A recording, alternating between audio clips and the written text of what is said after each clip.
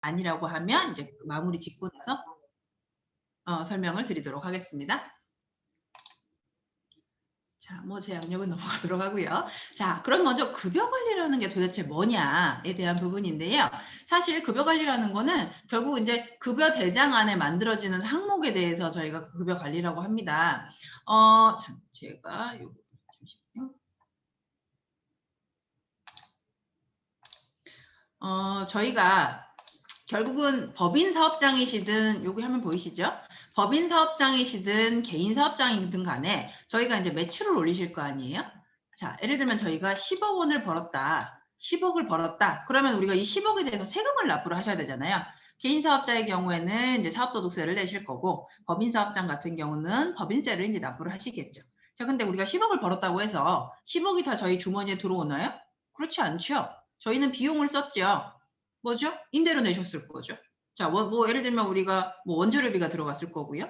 또 사람을 썼다. 그러면 이제 인건비가 들어가셨을 겁니다. 바로 이 인건비에 대한 부분이 오늘 저희가 배우게 될 급여 관리에 대한 부분이 되는 거죠. 자, 그래서 우리가 여기서 뭐 임대료도 냈고, 여기 인건비도 냈고, 뭐 원재료비도 썼고, 다 이걸 빼고 났더니 다 뺐더니 여기 순수익이 5억이더라. 그럼 어떻게 해요? 이 5억에 대해서 세금 내시는 거고, 자, 인건비를 우리가 뭐 3억 원어치를 썼다. 그럼 이 3억 원만큼은 비용에서 빠지셔야 되겠죠. 자, 그럼 이 인건비 처리를 어떻게 해야 되냐에 대한 부분인데, 이 인건비. 자, 그러면 직원한테 저희가 직원을 데리고 있다. 그러면 이제 급여가 나가실 거 아니에요. 그럼 그 급여가 기본급 항목 하나로 구성되실 수도 있지만 여러 가지 항목으로 이제 구성되실 수도 있고요. 자, 그럼 이 항목을 어떻게 구성을 할 것이냐. 자, 그러면 이 항목 안에 다 들어왔던 거에 대해서 우리가 직원한테 인건비를 비용을 지급을 했다라는 거는 근로소득세를 뗀다는 거거든요. 자, 법인이 직원한테 인건비를 주든 개인 사업장이 직원한테 임금을 지급하시든 자, 나라는 저희 사업장한테 뭘 부담을 시키느냐? 원천 공제의 의무를 부담을 합니다. 어떻게요? 만약에 근로자랑 저희가 임금을 300만 원으로 책정을 했다라고 했을 때 300만 원을 근로자가 지급받고 여기서 세금을 띄어서 나라한테 내는 게 이제 원래 그 맞을 것 같은데 그렇지 않고 나라는 어떻게 한다? 아니야, 우리가 그렇게 거주면 힘드니까 어떻게 해라? 사업주가 근로자한테 300만 원을 줄 때 세금을 떼서 뜯어놓고 갖고 있다가 근로자를 대신해서 납부해. 그게 바로 원천 공제의 의무를 갖는다라고 하거든요. 자, 그래서 근로소득세에서 원천 공제 의무를 가지시죠. 자, 그래서 그걸 우리가 여기에 나오시는 거죠. 제 마우스 움직이는 거 보이시나요? 보이시나요? 채팅창에 좀 써주실래요? 보이신다고요? 네. 자, 그게 이제 여기 지방소득세와 지방소득세 항목으로 분리가 됩니다. 자, 이거는 사업주의 부담 의무는 없어요. 근로자가 내야 될 거 어떻게 한다? 대신 원천 공제해서 갖고 있다가 납부를 대납하시는 거거든요. 자, 그래서 여기 이만큼을 떼서 주셔야 되고, 자, 뭐에 대해서 또 원천 공제 의무를 부담한다? 바로 4대 보험이죠. 자, 저희 나라 4대 보험은 뭐가 있느냐? 국민연금, 건강보험, 고용보험, 산재보험 이 네 가지를 저희가 4대 보험이라고 합니다. 근데 여기 보시면 없네요. 뭐가 없어요? 산재보험은 없네요. 왜 산재보험은 없어요? 자, 이거는 급여 명세서인데 근로자한테 월급을 저희가 400만 원 주는데 근로자한테 떼야 될 공제 부분 이쪽으로 반영이 돼야 되는 거잖아요. 자, 4대 보험은요. 누구만? 대표님만 납부하시거든요. 자, 그러다 보니까 납부는 하시지만 근로자의 공제 항목에는 산재보험은 나오지가 않습니다. 자, 그래서 저희가 국민, 건강, 고용, 산재를 제외하고 이제 근로자의 공제 항목에 이렇게 나오시는 거죠. 자, 그래서 4대 보험도 원천 공제의 의무를 누가 부담한다? 사업주가 부담을 하게 됩니다. 대표님이 월급 400 그냥 다 주면 안 되고 어떻게 한다? 요걸 다 띄어가지고 갖고 있다가 누구한테 공단하고 국세청에 납부를 하시게 되는 거거든요. 자, 근데 소득세와 지방소득세 같은 경우는 그냥 납부를 대납하는 기준이지만 4대 보험 같은 경우는 어떻게 한다? 대납만 하는 게 아니고요. 근로자 부담분 그리고 사용자 부담분이 있거든요. 이 두 개를 합쳐서 같이 납부를 하시게 된다. 자, 한마디로 근로자한테 거둔 보험료 합계랑 실제 납부하신 보험료가 다르실 수밖에 없죠. 2배 이상이 되실 수밖에 없습니다. 간혹 이제 4대 보험에 대한 개념이 전혀 없는 대표님들 같은 경우는 왜 근로자한테 거둔 건 요만큼인데요. 저는 근로자들한테 50만 원만 거뒀는데 왜 보험료가 100만 원 이상 나와요? 라고 문의하시는 경우들이 있거든요. 자, 사업자 부담분하고 근로자 부담분 두 개 지금 합쳐서 납부를 하시게 되기 때문에 그렇습니다. 자, 그래서 오늘 이제 임금의 구성부 요 부분을 공부를 하고 이제 4대 보험 중에 저희가 공제 항목 중에 4대 보험에 대해서 이제 배우게 될 거고요. 자, 그렇게 되면 이제 그 임금의 구성은 저희가 급여 구성 항목에서 빠질 수 없는 게 하나 있어요. 바로 기본급은 빠지실 수가 없습니다. 왜요? 저희가 대부분 사장님들 근로자들 채용하실 때 9시부터 5시까지 주 5일제로 많이들 채용을 하셨지요. 그거에 대한 대가가 바로 이 기본급의 구성이 되기 때문에 기본급 항목은 없으실 수가 없어요. 자, 이 나머지는요. 없어도 돼요. 이건 의무사항 아니시거든요. 어떤 항목을 넣으실지는 대표님의 자유신 거고 나머지 항목은 의무사항이 아닙니다. 자, 그러면 저희가 기본급만으로 구성되어 있다라고 하면 보수와 임금을 구분하실 필요도 없어요. 똑같은 개념이시거든요. 자, 근데 이 구성 항목 중에 예를 들면 여기는 이제 식대가 20만 원이나 책정이 되어 있는데 혹시 여러분 비과세라고 들어보셨나요? 비과세? 비과세의 개념이 뭐냐면 원래 제가 근로자인데 대표님이 저한테 월급을 줬어요. 그럼 대표님한테 받은 월급에는 원래 다 근로소득으로서 근로소득세, 그러니까 과세를 해야 되죠. 자, 근데 요거를 근로소득은 맞는데 일정 몇 가지 항목에 대해서는 우리가 과세하지 않을게, 비과세할게. 이제 그게 대표적인 항목이 10만 원 한도 내에서 식대. 자, 20만 원 한도 내에서 이제 차량을 업무용으로 쓴다는 조건으로 20만 원 한도 내에서 차량 관리 운영비. 만약 우리가 연구소가 있다. 그럼 그 연구원한테 배정되는 20만 원 한도의 이제 연구비 같은 거. 자, 우리 6세 미만의 이제 자녀를 부양을 한다라고 했을 때 이제 부양수당 같은 거 10만 원 한도의 부양수당 같은 게 이제 대표적인 비과세 항목이거든요. 자, 그래서 여기 같은 경우 식대를 20만 원 부과를 했지만 비과세는 최대 한도는 10만 원밖에 안 되는 거예요. 20만 원을 배정하시는 건 상관없는데 비과세한다는 건 10만 원 한도인 거예요. 자, 그리고 지급액회는 400만 원이지만 우리가 과세의 기준은 여기 같은 경우는 390만 원이 되시는 겁니다. 자, 마찬가지로 보수라는 개념을 이제 설명을 드릴 텐데 보수와 임금. 자, 보수와 임금을 한번 들어가 보도록 하겠습니다. 자, 저희가 급여나 사대보험을 한다고 했을 때는 보수라는 개념을 이해를 해주셔야 돼요. 자, 왜 그러냐면 근로자가 사업주로부터 받는 돈에 대해서 다 추징이 들어가는 게 아니거든요. 그러니까 그중에는 돈을 사업주가 줬음에도 불구하고 여기에다가 세금이나 사대보험을 매기지 않는, 부과하지 않는 금원들이 있거든요. 자, 요거를 좀 구분을 해내실 수가 있어야 됩니다. 자, 먼저 저희가 소득이라는 개념을 아셔야 되는데 소득이라는 게 뭐예요? 저희가 근로소득, 법인의 대표님도 법인으로부터 근로소득을 얻으십니다. 자, 직원도 어떻게 해요? 회사로부터 소득을 얻죠. 자, 개인사업자 같은 경우는 사업소득을 얻으시죠. 자, 그리고 혹시나 뭐 배당소득, 임대소득, 여러 가지 소득이 있을 수 있어요. 자, 이것들을 다 소득으로 보는데 이 소득 중에 저희가 사업장에서 얻는 소득의 대표적인 것들은 어떤 것들이 있죠? 자, 근로소득. 자, 퇴직소득이 있고 간혹가다 이제 기타 소득 같은 것들도 있을 수 있습니다. 근로제공과 무관하게 다른 소득을 이제 제공받았을 때는 기타 소득으로 처리를 하죠. 자, 이런 것들을 저희가 다 소득이라고 부릅니다. 자, 이 소득 중에서 근로소득 중에 아까 제가 요 소득 중에 근로소득 중에 뭘 뺀다? 제가 원래 근로소득이 400만 원이면 400만 원대에서 다 세금을 걷어야 마땅하지만 비과세해주는 항목이 있다라고 말씀드렸잖아요. 대표적인 게 식대, 차량유지비, 연구비, 그다음에 자녀 부양에 대한 6세 미만 자녀에 대한 이제 보육수당 같은 거, 자 이런 것들이 있다라고 했는데, 자 이 근로소득 중에 그러한 비과세 소득을 제외한 걸 저희가 뭐라고 부르느냐? 보수라고 부릅니다. 자, 그러면 저희는 바로 이 보수를 기준으로 뭘 낸다? 세금이 납부되고 4대 보험료가 부과된다라고 기준 이해를 해주시면 됩니다. 자, 그러면 보수의 개념보다 더 아래 하위 개념에 뭐가 있느냐? 바로 임금이라는 개념이 있어요. 뭐가 다른데요? 임금하고 보수하고 틀립니까? 자, 이렇게 해주시면 돼요. 보수라는 개념은 세법상의 개념입니다. 자, 한마디로 세금을 걷게 위한 개념이라고 보시면 돼요. 자, 한 가지 예를 들어볼게요. 사업장에서 근로자 결혼을 하면 대부분 경조금 주시는 경우들이 있죠. 휴가만 부여하시는 경우도 있지만 경조금을 얼마 줬다. 자, 그러면 이 경조금에 대해서 우리가 세금을 걷느냐 안 걷느냐. 물론 복리후생 금액으로 처리하면 안 걷을 수도 있지만 대부분 어떻게 해요? 사업주가 근로자한테 어떤 비용적인 부분을 제공을 했기 때문에 비과세가 해당하지 않는 한은 세금을 매깁니다. 자, 근데요. 임금이라는 건 뭐라면요.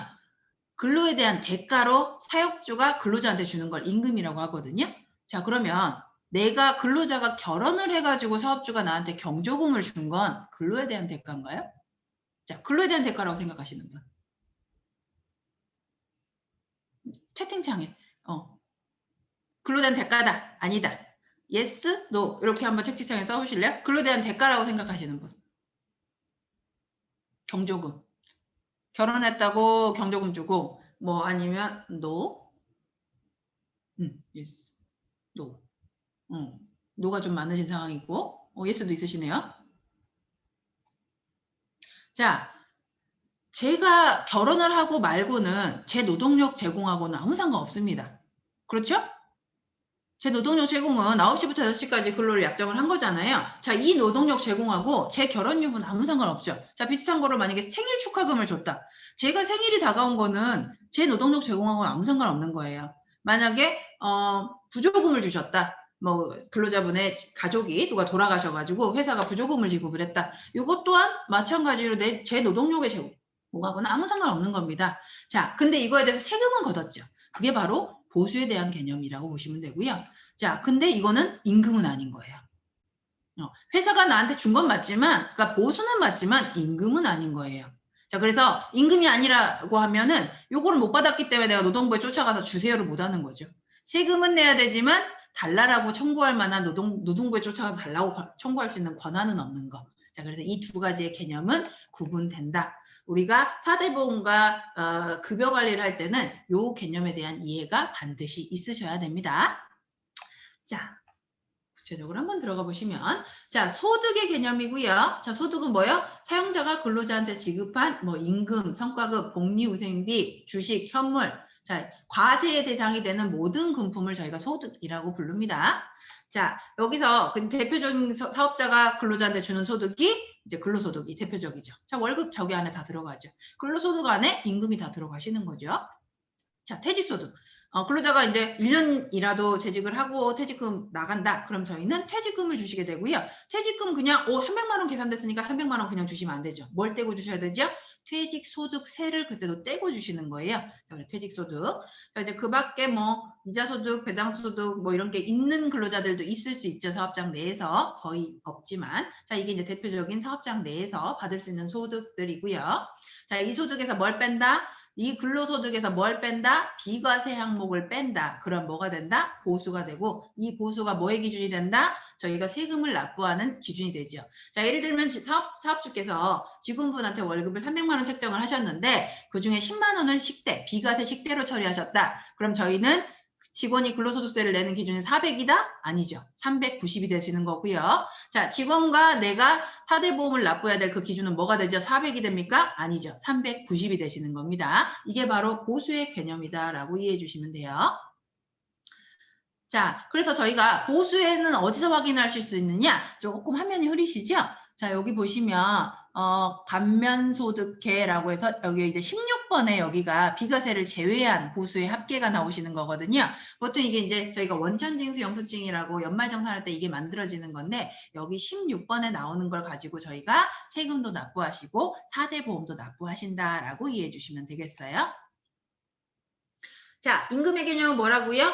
자, 보수의 개념보다는 더 작은 개념이다라고 이제 말씀을 드렸습니다. 자, 보수의 개념, 근로소득보다는 더 작은 개념이다 이해해 주시면 되고요. 머릿속에 뭘 떠올려 주시면 된다? 경조금을 떠올려 주시면 된다라고 말씀드렸어요. 자, 원래 사업주가 나한테 주는 소득들, 그 사업주가 나한테 임금을 주시든 뭐 경조금을 주시든 이것들은 다 뭐죠? 근로소득이죠. 자, 원칙적으로는 세금을 매겨야 맞지만 임금의 개념은 뭐다? 그 안에서도 임금은 내 노동에 대한 대가로 받는 게 바로 임금이다. 그래서 경조금 같은 경우는 여기에 해당되지 않는다. 경조금이 대표적으로 임의적, 은혜적 금품이라고 부릅니다. 금품이라는 거 임금 아니라는 거예요. 자, 한마디로 나중에 근로자가 퇴사할 때 저희가 임금을 가지고 그때는 이제 보수가 아니라 임금을 가지고 퇴직금 산정을 하게 되거든요. 자, 그럼 퇴직하기 직전 3개월을 갖고 저희가 퇴직금을 산출하는데 그 안에 만약에 우리가 경조금을 준 사실이 있다라고 하면 이 경조금은 퇴직금 산정할 때 맞아야 되겠죠. 자, 그래서 임금을 기준으로 하느냐, 보수를 기준으로 하느냐의 구분이 필요합니다.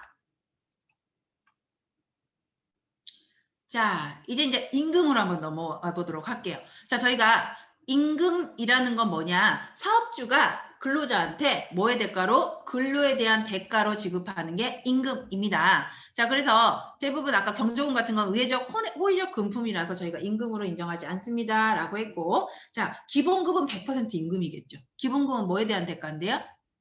우리가 약정한 근무 시간에 대한 대가잖아요. 대부분 9시부터 6시까지 근무 시간을 약정을 하셨고 주 5일제 약정을 하셨을 거예요. 자, 이거에 대한 대가가 어디로 들어간다? 기본급으로 들어가게 되죠. 자, 그럼 기본급 외에 나머지는 임금이 아닙니까? 아니요. 뭐 직책수당도 지급하실 수 있고요. 뭐 식대도 지급하실 수도 있고요. 자, 비과세니까 임금이 아니다. 이 개념 아니세요? 자, 식대도 지급하실 수 있고 더 여러 가지를 지급하실 수 있는데 이게 근로에 대한 대가로 고정적으로 지급되느냐 아니면 아까 은혜적 호의적 금품인 경조금처럼 사업자의 재량이나 임의에 달려있느냐 요거에 따라서 임금이냐 아니냐를 이제 구분을 하고요. 자, 그러면 우리가 임금을 지급할 때 최저의 기준이 있거든요. 자, 최저임금 다들 아시잖아요. 이제 사업주이시라면 당연히 아셔야 되는 거죠.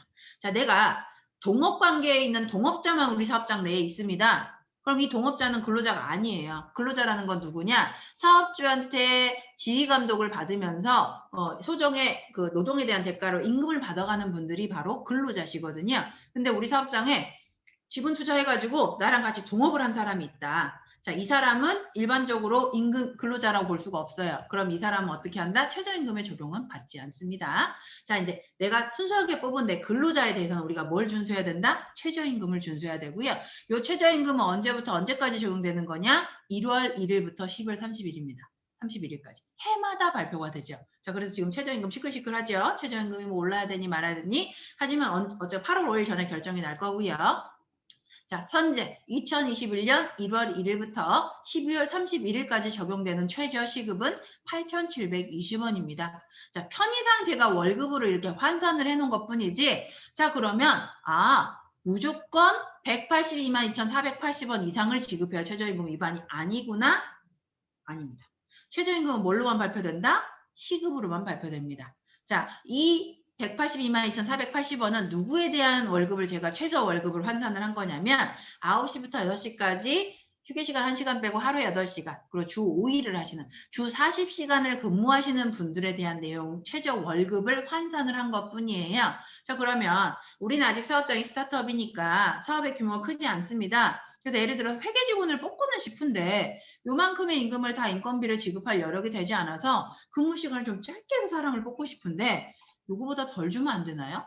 그러면 그때의 임금의 최저 하한선은 얼마가 됩니까? 요거에 대한 내용들도 궁금하시겠죠? 자, 그래서 계산하는 방법을 제가 알려드리도록 할게요.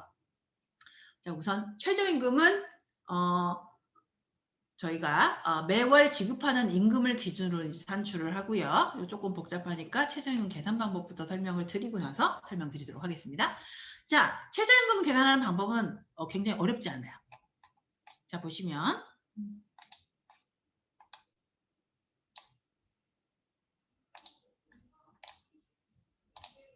자, 예를 들면 9시부터 6시까지 휴게시간 1시간, 휴게시간은 점심시간을 포함하는 개념이세요? 자, 주 5일 근무자가 있다라고 한다면 저희가 이제 계산 방식이 이렇게 나오는데 자, 하루에 8시간을 근무하시죠? 왜요? 9시간에서 점심시간, 상주는 9시간인데 점심시간 1시간 빼고 나면 8시간이 되시죠? 자, 이 8시간에 며칠 근무하시죠? 5일을 근무하셨습니다. 5, 8에 40시간이네요. 여기 40시간. 자, 근데 여러분 혹시 주휴수당이라고 들어보셨나요? 들어보신 분? 많이들 들어보셨죠? 워낙에 시끌시끌하니까요.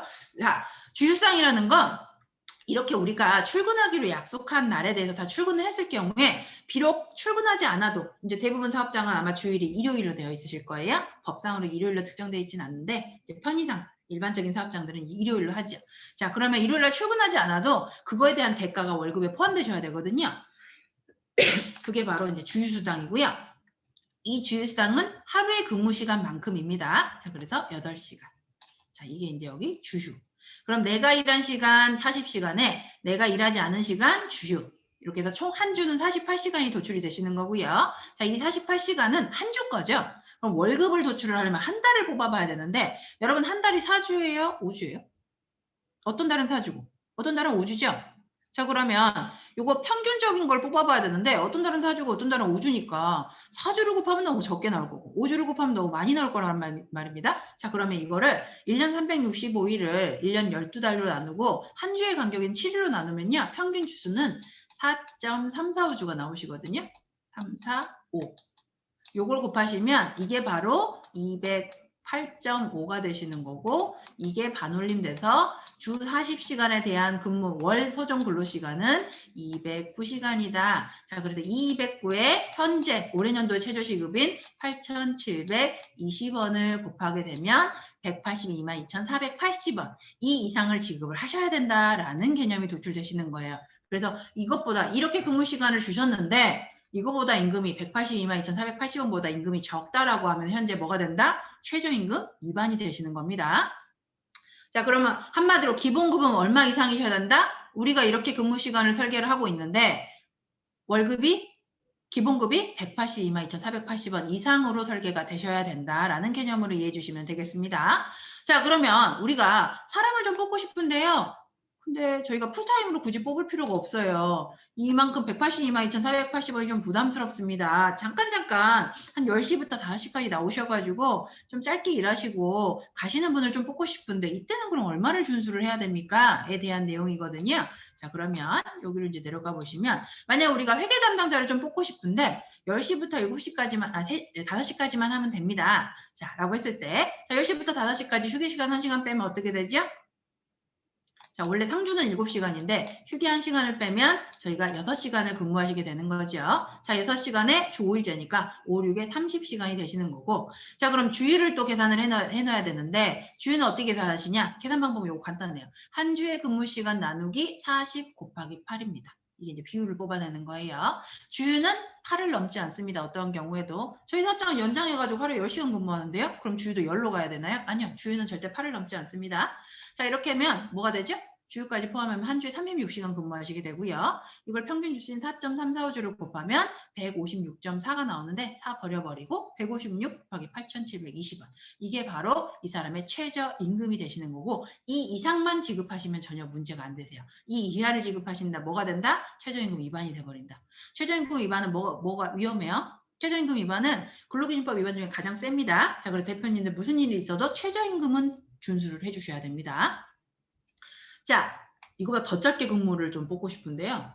자, 그래서 저희가 10시부터 3시까지 주 3일만 회계 담당자를 좀 뽑고 싶습니다. 어차피 제가 이제 사업장이 점점 커지다 보니까 대표님이 혼자 이 업무를 다 처리하시는 게 너무 버거워서 도움을 좀 받고자 합니다. 그러면 이런 경우에는 어떻게 됩니까?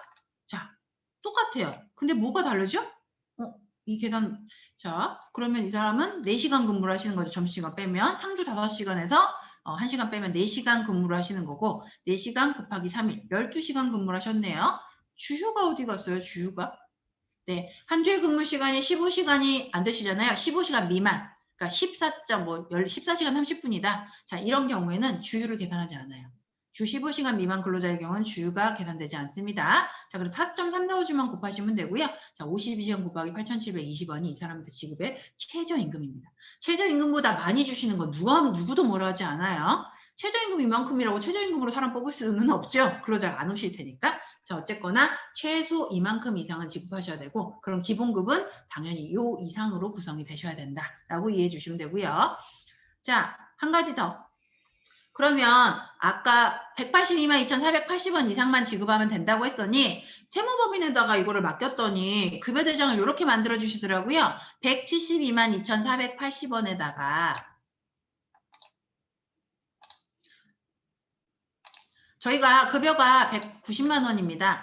자, 그래서 이거를 급여대장을 세무법인에서 처리를 해주셔서 맡겼더니 기본급, 죄송해요. 마우스로 쓰다 보니까 글씨가 좀 웃겨요. 기본급, 자, 180. 식대, 이거 비과세라고 좋다고 식대 넣어주시더라고요. 식대 10. 자, 이렇게 해서 190이네요. 그러면 총합계가 182만 2,480원 이상이니까 최저임금 위반은 없네요. 오케이죠? 괜찮죠? 라고 말씀하시는 경우가 있는데 아닙니다. 왜요?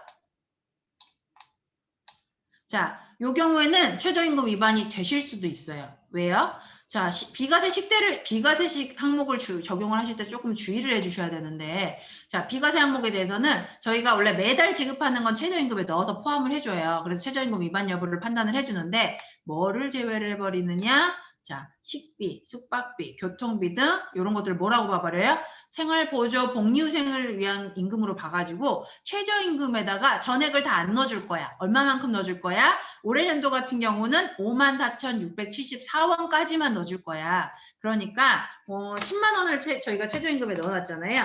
10대로 넣어놨잖아요. 그러면 10만 원에서 뭘 빼라고요? 54,674원. 54,674원을 빼고 45,326원만 인정을 해줄 거야. 그러면 여기 사업장은 180 더하기 45,326원이니까 1845326 182480을 간신히 넘었네요. 그럼 여기는 오케이. 근데 우리 사업장의 월급이 185만 원이다. 그래서 기본급 175, 식대 10. 그럼 어떻게 되죠? 예, 위반이네요. 그렇게 돼버리면 위반이 되세요. 그래서 비과세 항목을 적용을 하실 때는 주의를 해주셔야 된다라는 거 꼭 주의해 주세요. 자, 여기에 대한 실수가 조금 많이 나와요. 세무법인에서 처리하시다 보면 저희가 급여가 높으면 이런 문제가 발생하지 않는데 아직 스타트업의 경우에는 초창기 급여가 좀 낮으신 경우들이 많잖아요. 그래서 이 부분 꼭 주의해 주시기 바랍니다. 자, 그럼 이제 통상임금과 평균으로 임금의 개념으로 한번 넘어가 보도록. 짜투리 시간은 반올림 하나요? 어떤 짜투리 시간? 아까 제가 156시간 뭐 요거 말씀하실 때 말씀드릴까요? 요거 부분 말씀드리는 걸까요? 요 짜투리 시간? 예, 지금 어떤 거는 올리기도 하시고 버리기도 하셨는데 0.5 기준으로 반올림했고 0.5가 안 되는 경우에 날렸습니다. 네, 0.5를 기준으로 한다. 보시면 돼요. 간혹 감독관이 와서 이 0.4 왜 버렸냐라고 하는 경우도 있거든요. 근데 이제 보통 편의상 저희가 0.5는 이하는 버립니다. 자, 그럼 이제 통상임금과 평균임금의 개념인데, 자, 저희가 통상임금이라는 개념은 어떨 때 쓰시냐면, 통상임금 법률적 개념을 이제 대표님들이 아실 필요는 없죠. 뭐 저희가 시험 볼 건 아니니까. 근데 통상임금 개념을 왜 아셔야 되느냐? 요 통상임금을 가지고 뭘 산출한다? 저희가 만약에 대표님 들어보셨나요? 혹시 뭐 하루에 8시간 넘으면 뭐 연장수당을 줘야 된다는데? 한 주에 40시간을 넘어가면 뭐 연장수당에서 이걸 가산을 반영한다는데? 나는 들어봤다. 네, 들어보셨죠? 자, 그거는 5인 이상 사업장에만 적용되시는 거예요. 아직 우리가 사업장이 5인이 안 된다? 그러면 연장 가산을 적용할 의무 사업장은 아니십니다. 자, 어쨌거나 만약에요. 우리 사업장이 9시부터 6시까지 근무 주 40시간을 약속을 했는데 연장을 불가피하게 하게 됐다. 자, 그래서 근로자가 10시까지 근무를 하고 갔습니다. 자, 그러면 밥 1시간 먹었어요. 그러면 7시부터 10시까지 3시간은 뭐가 된다? 연장 근로가 되셔버리는 거거든요. 그럼 이 연장 근로를 3시간을 하셨지만 우리는 3시간만 보상하면 안 돼요. 가산율이 50% 적용되거든요. 자, 그럼 3시간에 50%를 가산한 총 4.5시간을 보상을 하셔야 되는데, 자, 이 4.5시간을 보상할 때 그 기준이 되는 게 바로 이 통상임금이라는 거거든요. 자, 저희가 아까 보시면 처음에 막 이렇게 제가 예시로 들었던 이 급여가 항목이 막 굉장히 많이 쪼개져 있으시잖아요. 자, 그리고 우리가 특히 제조업 같은 경우는 급여의 구성 항목이 굉장히 많은 막 수당들이 엄청 많이 들어와 있는 경우들이 많거든요. 이게 바로 뭐 때문이었냐? 통상임금 때문이었습니다. 자, 통상임금의 기준이 뭐냐면 매달 고정적으로 뭐 일률적으로 정기적으로 지급되는 임금을 통상임금으로 봐서 이 통상임금을 가지고 연장수당을 지급하도록 했기 때문에 예를 들면 저희가 이렇게 수당을 막 여러 항목으로 나눠놓고 수당마다 막 조건을 다 걸어놔요. 뭐 전 직원 다 주는 직책 있는 사람한테만 주고 뭐 또 위험 수당은 위험 있는 사람한테는 주고 교통비 지원은 또 어떤 뭐 멀리 격지 있는 사람한테만 주고 조건을 다 이렇게 달리했다. 그리고 상여금 같은 경우는 또 매달 지급 안 하니까 또 통상임금에서 뺄 수 있었거든요. 자, 그러다 보니까 예전에는 거의 기본금만 가지고 통상임금을 산출했죠. 전체 임금은 400만 원이라도 하더라도 통상임금의 기준이 되는 건 예로만 할 수 있었던 거예요. 그래서 사실 예전에는 제조업, 특히 제조업들에서는 수당의 항목이 많이 쪼개져 있었습니다. 근데 현재는 법원이 해석을 바꿔가지고요. 자, 이렇게 고정적으로 매달 지급하잖아. 그러면 그냥 통상임금으로 볼게.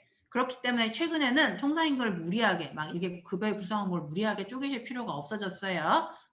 이제는 법원이 통상임금의 범위를 넓게 봐요. 자, 그래서 기본금만 놓고 통상임금을 보시면 안 된다. 예전하고 다르다. 자, 이 통상임금의 기준이 뭐기 때문에 저희가 연장수당의 기준이 되기 때문에 이제 통상임금이 뭐냐를 알아야 되는데, 자, 정기적, 일률적, 고정적으로 지급된다. 그럼 저희가 통상임금이라고 보고요. 만약 우리 사업장이 기본급하고 식대로만 구성되어 있어요. 라고 하면 이 식대 포함해서 전액이 통상임금에 들어온다. 자, 그럼 이 통상시급을 계산하는 방법은 뭐가 된다? 만약 우리가 기본급 190만 원에 식대 10만 원, 이래서 200만 원으로 통상임금이 구성되어 있다. 그러면 200만 원 나누기, 자, 일일 또는 월의 소정근로시간이니까 아까 저희 소정근로시간 월 이미 계산했습니다. 주 40시간 사업장의 소정근로시간 뭐다? 209였죠. 자, 209였죠. 자, 그러면 저희가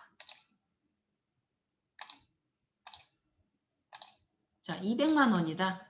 200만 원 나누기 뭐다? 209를 한다. 자, 그러면 이게 바로 통상 시급이 나올 거고요. 이 통상 시급을 가지고 뭘 계산한다? 네, 연장, 야간, 휴일 가산을 계산한다 라고 이해해 주시면 되겠습니다. 자, 이게 통상임금의 개념이고요. 자, 그럼 이 통상임금 어떻게 어디 써먹냐? 뭐 근로자를 만약 해고하시잖아요. 그럼 30일분의 통상임금을 주시거나 30일분의 기간을 주시거나 하셔야 되니까 요때 사용되시고요. 바로 대표적인 연장, 야간, 휴일 근로의 가산 수당을 계산할 때 기초가 되시겠죠. 예를 들면 저희가 아까 200만 원 나누기 209 하시면 통상임금이 9,569원이 되시거든요. 이 통상 시급이. 자, 그러면 근로자가 1시간 연장을 했다. 그러면 1시간 곱하기 1.5 곱하기 9,569원. 이렇게 이제 되시는 거예요. 자, 연차유급 휴가수당 같은 경우는 이제 저희가 만약에 연차를 근로자한테 주셔야 되는데 이걸 휴가를 안 갔다. 그럼 원래 이것도 돈으로 보상해야 되거든요. 요걸 산출을 할 때 대표님이 선택하실 수 있어요. 통상임금으로 지급할지 평균임금으로 지급할지. 일반적으로 통상임금이 평균임금보다 낮는 게 일반적인 경우이기 때문에 이제 이 통상임금으로 지급하실 수도 있다. 자, 이런 식으로 이제 이런 경우에 이제 많이 활용을 되시고요. 나머지도 이제 많습니다만 시간 관계상 대표적인 부분 설명드리고. 자, 그럼 이제 두 번째 개념은 평균임금. 이 두 가지 개념을 아셔야 사업장에서 이제 급여 관리가 되시는 거거든요. 자, 평균임금이라는 건 뭐냐? 평균임금의 대표적인 건 바로 퇴직금 산출할 뜻이거든요. 만약에 평균임금이라는 거는 근로자의 평균적인 금액을 보장하고자 하는 건데 이 평균 내 기간을 법에서는 언제로 보고 있느냐? 3개월로 보고 있습니다. 자, 근로자가 만약에 1년 이상 근무를 하셨어요. 그럼 퇴직을 해요. 그럼 저희는 퇴직금을 산출을 해야 됩니다. 자, 그러면 이때 어떻게 본다? 내가 퇴직한 날 직전 3개월분의 임금을 합계를 내요. 자, 내가 200만 원씩 월급을 받고 있었어요. 자, 그래서 제가 5월 31일까지 근로를 제공하고 퇴사했다라고 가정을 한번 해보겠습니다. 자, 그렇다고 하면 저희는 자, 제가 아이고 죄송합니다. 200만 원씩 받습니다. 월급 200만 원. 자, 5월 31일에 퇴사했으니까 이게 뭐가 되죠? 3월, 4월, 자 5월이 되겠죠. 자, 200만 원 외에 받은 거 없어요. 연장수당도 받은 거 없고 고정적으로 200만 원씩만 받았습니다. 자, 200, 200, 200, 600이 되겠네요. 자, 이거를 사유가 발생한 날 이전 3월간의 총 일수니까 뭐가 어렵게 써있지만 굉장히 간단합니다. 자, 5월 31일까지 근무를 했으니까 3월, 4월, 5월의 일수의 합계를 적는 거예요. 자, 3월 31일, 4월 30일, 5월 31일. 여기 뭐가 오죠? 92일이 오겠죠.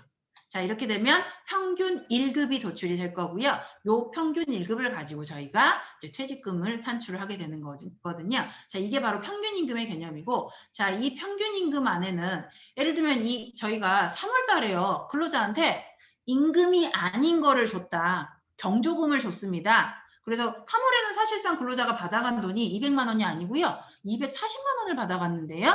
그렇다고 하더라도 여기 평균 임금 안에 들어오는 애는 어떤 애만 들어오느냐? 법상으로 저희가 임금으로 인정한 애들만 들어옵니다. 자, 그래서 240을 지급했다고 해도 여기는 200만 원만 들어오시는 거예요.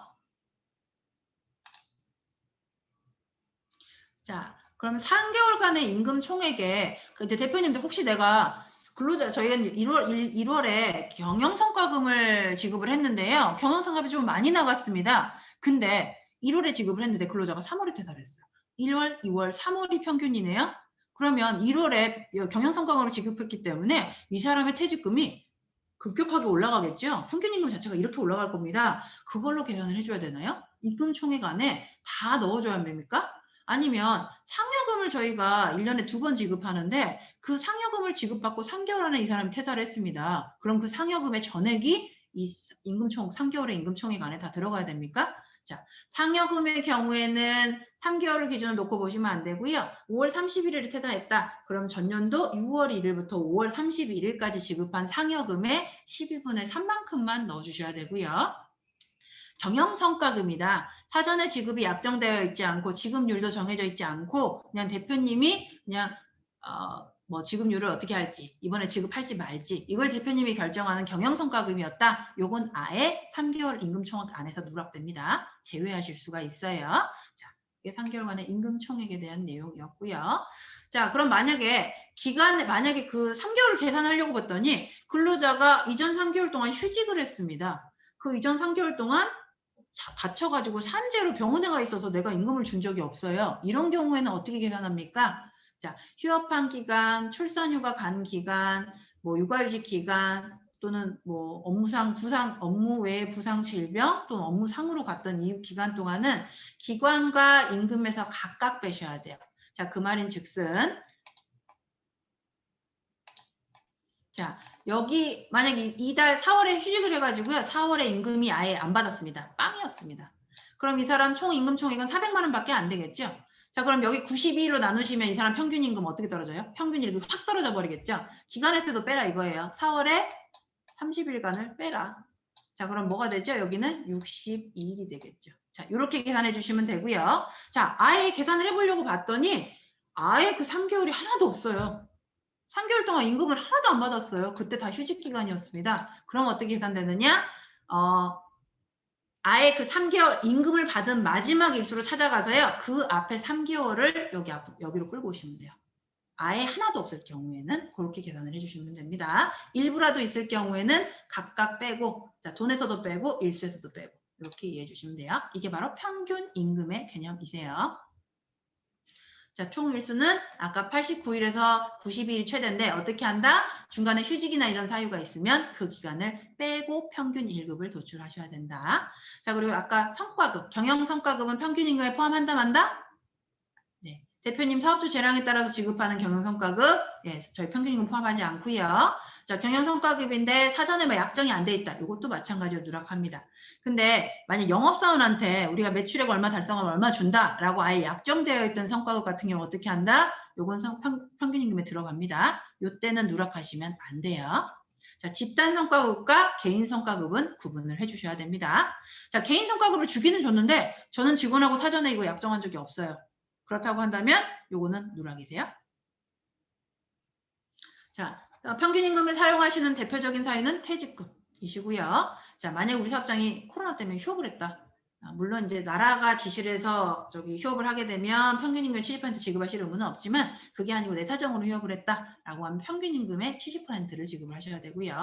자, 뭐 연차 유급휴가를 갈 경우엔 통상임금 또는 평균임금으로 이제 지급을 해주실 수가 있습니다. 자, 그 밖에 만약에 근로자가 다쳤다, 그럼 공단에서 저희 평균임금을 기준으로 뭐 휴업급여라든가 이런 걸 지급을 하시게 돼요. 이때 이제 저희가 평균임금이 활용이 되십니다. 자, 이게 이제 통상임금과 평균임금의 개념이셨어요. 자, 이제 4대 보험의 처리로 한번 넘어가 보도록 하겠습니다. 자, 4대 보험의 처리로 넘어가기 전에 저희가 살짝 쉬었다가 좀 들어가 보도록 할게요. 장시간 들으시느라고 조금 머리가 아프셨죠? 자, 중간에 질문사항 있으신 분들은 채팅창에 올려주시면 되고요. 자, 여기 정각까지 쉬었다가 저희가 4대 보험의 처리로 넘어가도록 하겠습니다. 이상하네? 돈은 건강보험공단에 다 걷던데요? 예.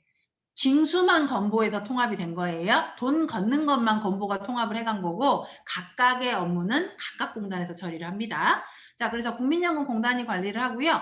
보험료는 얼마를 걷어가느냐? 국민연금의 보험료는 여기 기준소득월액이라고 써있지만 명칭이 다르지만 사실 보수 개념이세요. 제가 월급 300만 원 받는데 비과세식 때 10만 원 적용했어요. 그러면 뭐가 되죠? 보수는 290이죠. 자, 290만 원의 퍼센트 9%를 보험료로 납부하시는데 자, 이거를 4.5%는 근로자가 나머지 4.5%가 대표님이 납부를 하시는 겁니다. 사용자가 납부를 하시는 거예요. 자, 이제 건강보험인데 건강보험은 뭐냐? 우리 치료받아야 되죠. 병원 가서 받는 모든 것들. 저희가 감기 걸리면 병원 가잖아요. 5,000원 냈잖아요. 이 5,000원이 제가 낸 내역 전부가 아니죠. 그러면 의사분들이 부자가 아니겠죠.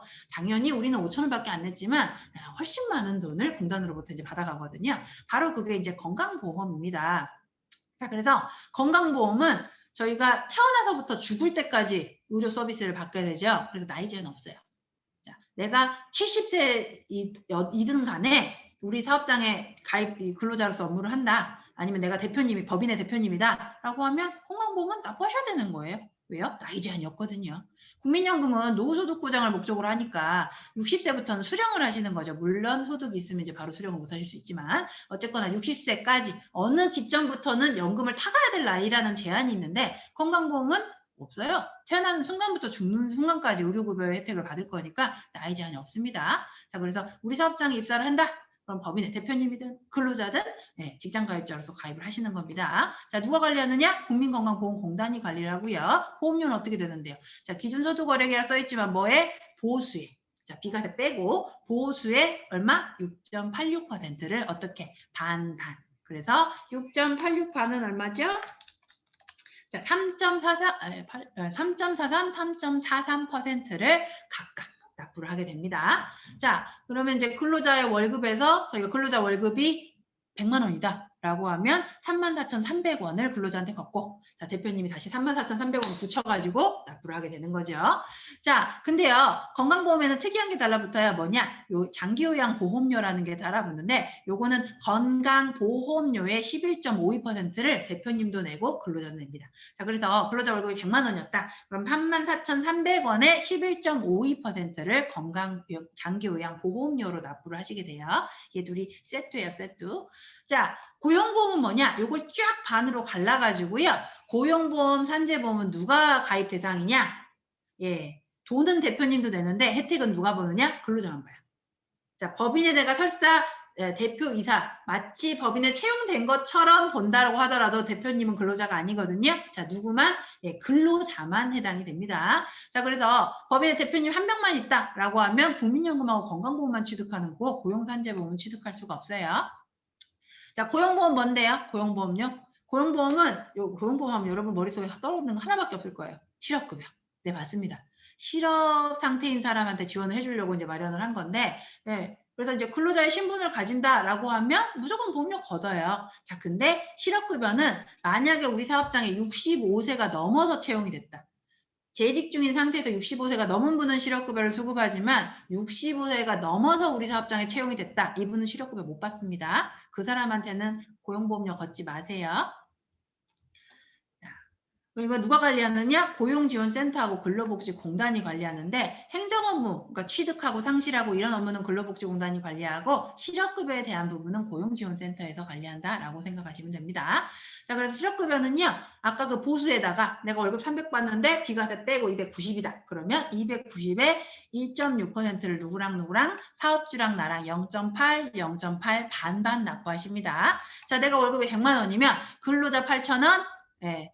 사업주 8,000원 이렇게 납부하시는 거고, 자, 고용보험료는 두 가지로 구성이 돼요. 자, 실업급여에 대한 부분하고요. 어디로 날아갔어? 어머나, 날아갔네. 죄송해요. 고용안정 직업능력, 고용안정 직업능력 개발 사업에 대한 부분도 있는데, 그거는 우리 사업장이 이제 사업장의 100인이냐 인원의 규모에 따라 0.25%, 0.45%, 0.65%, 0.85% 이 4개 단계로 구성이 되는데 아직 이제 저희 아마 여기 수업을 듣는 분들은 다 0.25%로 보험료를 납부하실 거고요. 누구만 내냐? 사업주만 내세요. 근로자 공제 항목에는 반영되지 않습니다. 그래서 전체 근로자의 보수의 몇 퍼센트를 0.25%를 사업주 혼자만 내고 계시기 때문에 고용보험료가 왜 고지된 내용이 내가 근로자한테 거둔 거 곱하기 2 하는데 금액이 안 맞습니까? 왜요? 네, 고용안정 직업능력에 대한 보험료가 부과가 추가로 되기 때문에 맞지 않습니다. 자, 산재보험은요. 누구만 낸다? 산재보험은 왜 내는 건데요? 자, 산재보험은 근로자용 건강보험처럼 생각하시면 돼요. 제가 그냥 국민이 제가 그냥 다치면 병원 가잖아요. 근데 내가 근로자 신분으로서 일하다가 다친다. 그럼 뭘 이용한다? 네, 산재보험을 이용해라라고 마련한 거예요. 자, 이걸 누구한테만 보험료를 걷는다? 사업주한테만 걷어요. 그러다 보니까 근로자의 급여 공제 항목에는 산재보험료가 반영되지 않습니다. 자, 그래서 근로자한테 거둔 거 곱하기 2를 한다고 해서 보험료랑 딱 맞아 떨어질 수가 없는 거예요. 자, 그래서 산재보험은 근로자만 혜택이 되는 거고요. 보험료는 사업주 혼자 내시는데, 자, 직원들 보호수총액 합계, 그러니까 비과세 뺀, 내가 직원이 10명이다. 그럼 그 10명의 인건비에서 비과세를 뺀 금액의 사업장별 요율인데, 이 사업장별 요율은 뭐냐면 사업장마다 요율이 다 틀려요.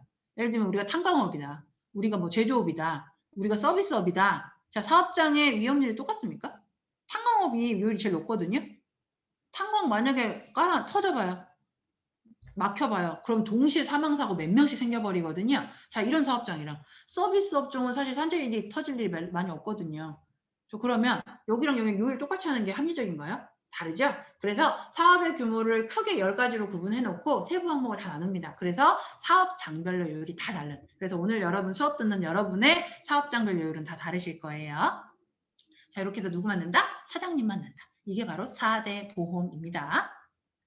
자, 그러면 이제 4대 보험을 어떻게 이제 처리를 하는 거냐인데, 사업장이, 그러면 이제 우리가 사업을 할 테니까 사업자 등록증을 교부를 받으셨겠죠, 국세청으로부터. 그럼 국세청이 사업자 등록증을 교부 받았으니까 공단한테 여기 사업장 성립했다라고 알려주는 거 아니죠? 어떻게 하죠? 우리가 이 사업자 등록증이랑 법인의 경우에는 법인 등기부등본을 첨부해서 우리가 성립했어요. 우리 번호 하나 주세요. 마치 주민번호 받듯이 번호 하나 주십시오라고 성립을 하셔야 돼요.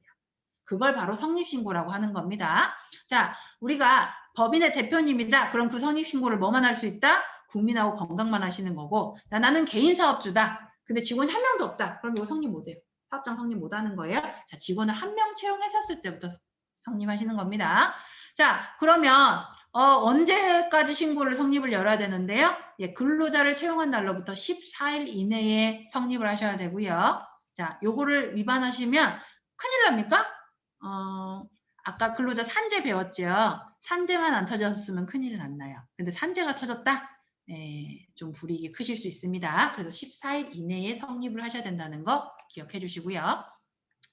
자, 요게 이제 양식이 조금 흐린데, 어차피 이제 여러분이 직접 하실 일은 많지 않으실 것 같아서, 자, 어쨌거나 만약에 직접 성립을 하신다라고 하면 우리가 직원이 있다. 그럼 하나, 둘, 셋, 넷, 4개를 다 체크하셔야 되고, 내가 법인의 대표인데 나 한 명이다. 그러면 요거 위에 거 2개만 이렇게 체크하셔서 성립신고서를 이제 기재를 해주시는 거예요. 자, 여기에다가 이제 사업장의 내용, 사용자에 대한 내용, 보험료 자동이체 하실 거면 자동이체에 대한 내용, 자동이체 웬만하면 좀 해주세요. 만약에 정부로부터 지원금, 고용노동부로부터 어떤 지원금을 받으시려고 하면 보험료 체납하면 지원금이 제공이 안 됩니다. 자, 그리고 체납하시면 연체금 쌓이니까 웬만하면 자동이체 걸어 놓으시고요. 매달 10일자에 돈 빠져나갑니다. 자, 그리고 이제 국민건강 고용 산재를 별도로 이제 여기다 적으시는 건데, 자, 만약에 우리가 법인 대표 한 명이다. 그러면 여기에다가 근로자 수는 한 명도 없으니까 빵명, 가입 대상자 수는 한 명, 대표님 한 명 있으니까. 자, 이거 이제 무시하시면 되고 분리적용. 자, 건강보험 적용 대상자 수 1명. 대표님 1명. 법인의 경우에요. 자, 고용보험 같은 경우는 기재할 게 없죠. 법인의 대표님 1명이니까. 자, 근데 우리가 법인인데 직원 대표님 1명 있고 직원 3명이다. 자, 그럼 어떻게 되죠? 여기에 국민연금 근로자 수 3명, 가입 대상자 수 4명.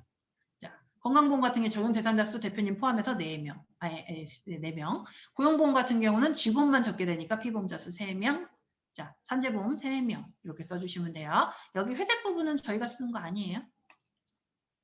자, 여기 뭐 근로자 종사 사업장 이런 거 필요 없고 예술인 근로 종사 사업장 필요 없어요. 안 쓰셔도 돼요. 여기만 이제 기재해 주시면 됩니다. 자, 이렇게 해서 여기 뒤에다 뭘 붙인다? 사업자 등록증이랑 법인의 경우에는 법인 등기부등본. 자, 그리고 뭐가 따라 붙느냐? 자, 근로자가 있어야 취득이 되신다 그랬죠. 자, 그러면 취득 신청서가 따라 붙습니다. 그렇게 이제 제출해 주셔서 사업장의 관리번호라는 걸 부여받아요. 마치 우리가 주민번호를 생성하듯이 관리번호라는 걸 부여받고요. 통상 저희 관리번호는 사업자 등록증 끝자리에 0자가 붙은 게 저희의 관리번호입니다. 자, 그러면 이제 사업장을 성립을 하셨으면 저희가 그 다음부터는 뭘 하게 되죠? 우리가 사업자 등록번호의 끝자리 0자리 붙은 관리번호를 부여받습니다. 그럼 여기 이제 자동으로 떠요, 전산으로. 그러면 이제 우리가 사업장 인증서를 가지고 국민건강보험 EDI를 접속하시면 이렇게 전산으로 취득신고라는 걸 하실 수가 있게 되거든요. 자, 우리 사업장에 홍길동 씨가 입사를 했습니다. 그럼 홍길동 씨 취득신고 한번 해볼게요. 자, 여기에다가 성명, 홍길동, 주민번호 적으시고 외국인 아닌 경우에 국적 안 쓰셔도 돼요. 자, 체류자가 외국인만 쓰시니까 안 쓰셔도 돼요. 자, 대표자의 경우에는 대표자도 국민연금하고 건강보험을 취득하기 때문에 여기다 대표자 여부를 체크하게 돼 있는데 직원이니까 이제 아니요 체크해 주시고 자, 국민 여기 그럼 여기가 활성화가 되겠죠? 자, 국민연금 여기 소득월액을 적어주시는데 아까 제가 뭐 빼라고요? 비과세를 뺀 금액.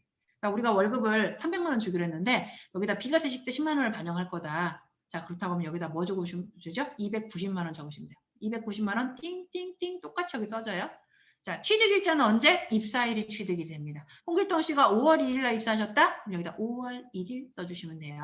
취득부호는 그냥 크게 중요하지 않기 때문에 이제 최초 취득부호, 최초 취득을 골라주시면 되고요. 취득월 납부 희망 여부는 원래 국민연금 건강보험은 매월 1일자에 입사하지 않는 한 그달 납부 안 해요. 그럼에도 불구하고 국민연금은 내가 납부한 것만큼 나중에 연금으로 탈 수 있는 거기 때문에 취득월에 이 취득하지 않았음에도 불구하고 납부할래? 이거 물어보는 거거든요. 취득월 납부 희망 여부 예, 대표님이 절반 내셔야 되니까 아니요. 이제 써주시면 됩니다. 굳이 이해하시지 마세요. 아니요. 자, 여기 해당 안 되는 거고. 자, 이제 건강보험으로 넘어가서 보수월액은 소득월액하고 국민연금하고 똑같이 써주면 되니까 290만 원, 취득일 똑같이 써집니다. 자, 2021년 5월 2일. 자, 취득부어 18세 이상 이제 당연 취득. 여기 18세 이상 당연 취득이고 여기는 최초 취득 그냥 골라주시면 되고요. 자, 보험료 감면보호라는 거는 혹시 의료급여 수급권자냐 이런 걸 물어보는 건데 저희가 확인 안 해도 나중에 공단에서 확인하기 때문에 요거 패스. 자, 피부양자라는 게 있어요. 여러분 근로자가 입사를 했는데 피부양자라는 건 근로자가 일을 하잖아요. 근데 내가 자녀나 내 어머니나 내 와이프 이제를 데리고 있는데 이 사람들도 병원 가야 될 거 아니에요. 요거 피부양자로 넣어줄 수가 있거든요. 그럼 이제 피부양자가 있을 경우에는 있음 딸깍 눌러서 그분들을 이제 넣어주시면 이 피부양자가 100명이 돼도 보험료가 늘어나진 않아요.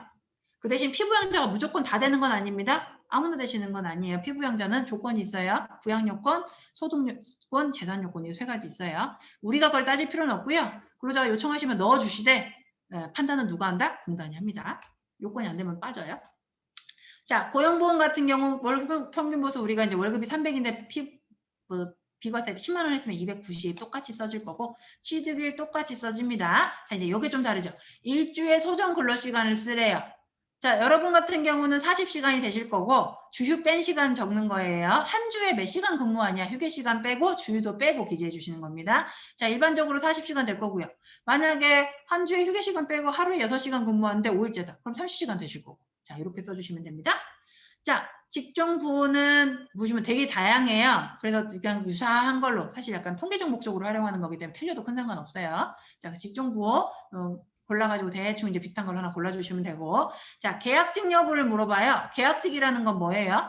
내가 퇴사할 날이 정해져 있는 사람. 그러니까 우리가 5월 1일부터 10월 30일까지만 일합시다 라고 홍길동 씨랑 계약을 체결하셨으면 여기다가 예 그리고 언제 종료하는지 종료월을 기재해 주시면 되는데 혹시 세무법인에서 업무 처리하다 보니까 이거 모르잖아요. 그래서 아니요 체크했는데 나중에 이 사람 계약기한 말로 처리 못합니까? 가능해요. 크게 중요한 문제는 아닙니다. 자, 이제 요거는 해당 없고요. 요거 자 산재로 넘어가서 똑같이 기재가 됩니다. 월 평균 보수 250만 원. 자 취득일이 2021년 5월 1일. 자 똑같이 한 주에 소정 근로 시간 써주실 거고 직중부호도 똑같이 여기 기재하면 자동으로 기재가 돼요. 자 요거는 다 똑같이 기재가 되십니다. 자 이렇게 해서 대상자 등록하면은 취득 신고서가 들어가시는 겁니다. 어렵지 않죠? 직접 하실 수도 있겠죠. 자 그리고 취득일은 언제다? 입사일입니다. 자, 법인의 대표이사인 경우에는 대표이사로 선임된 날이 취득일이 되시는 거예요. 자, 법인 대표이사는 뭐만 취득한다? 국민연금하고 건강보험만 취득한다. 고용산재 취득 아니에요. 그럼 임원은요? 우리 법인 임원 있는데 임원의 경우에는 고용산재에서 등기부를 확인 안 하기 때문에 취득하시려면 4대 보험 다 취득하실 수는 있어요.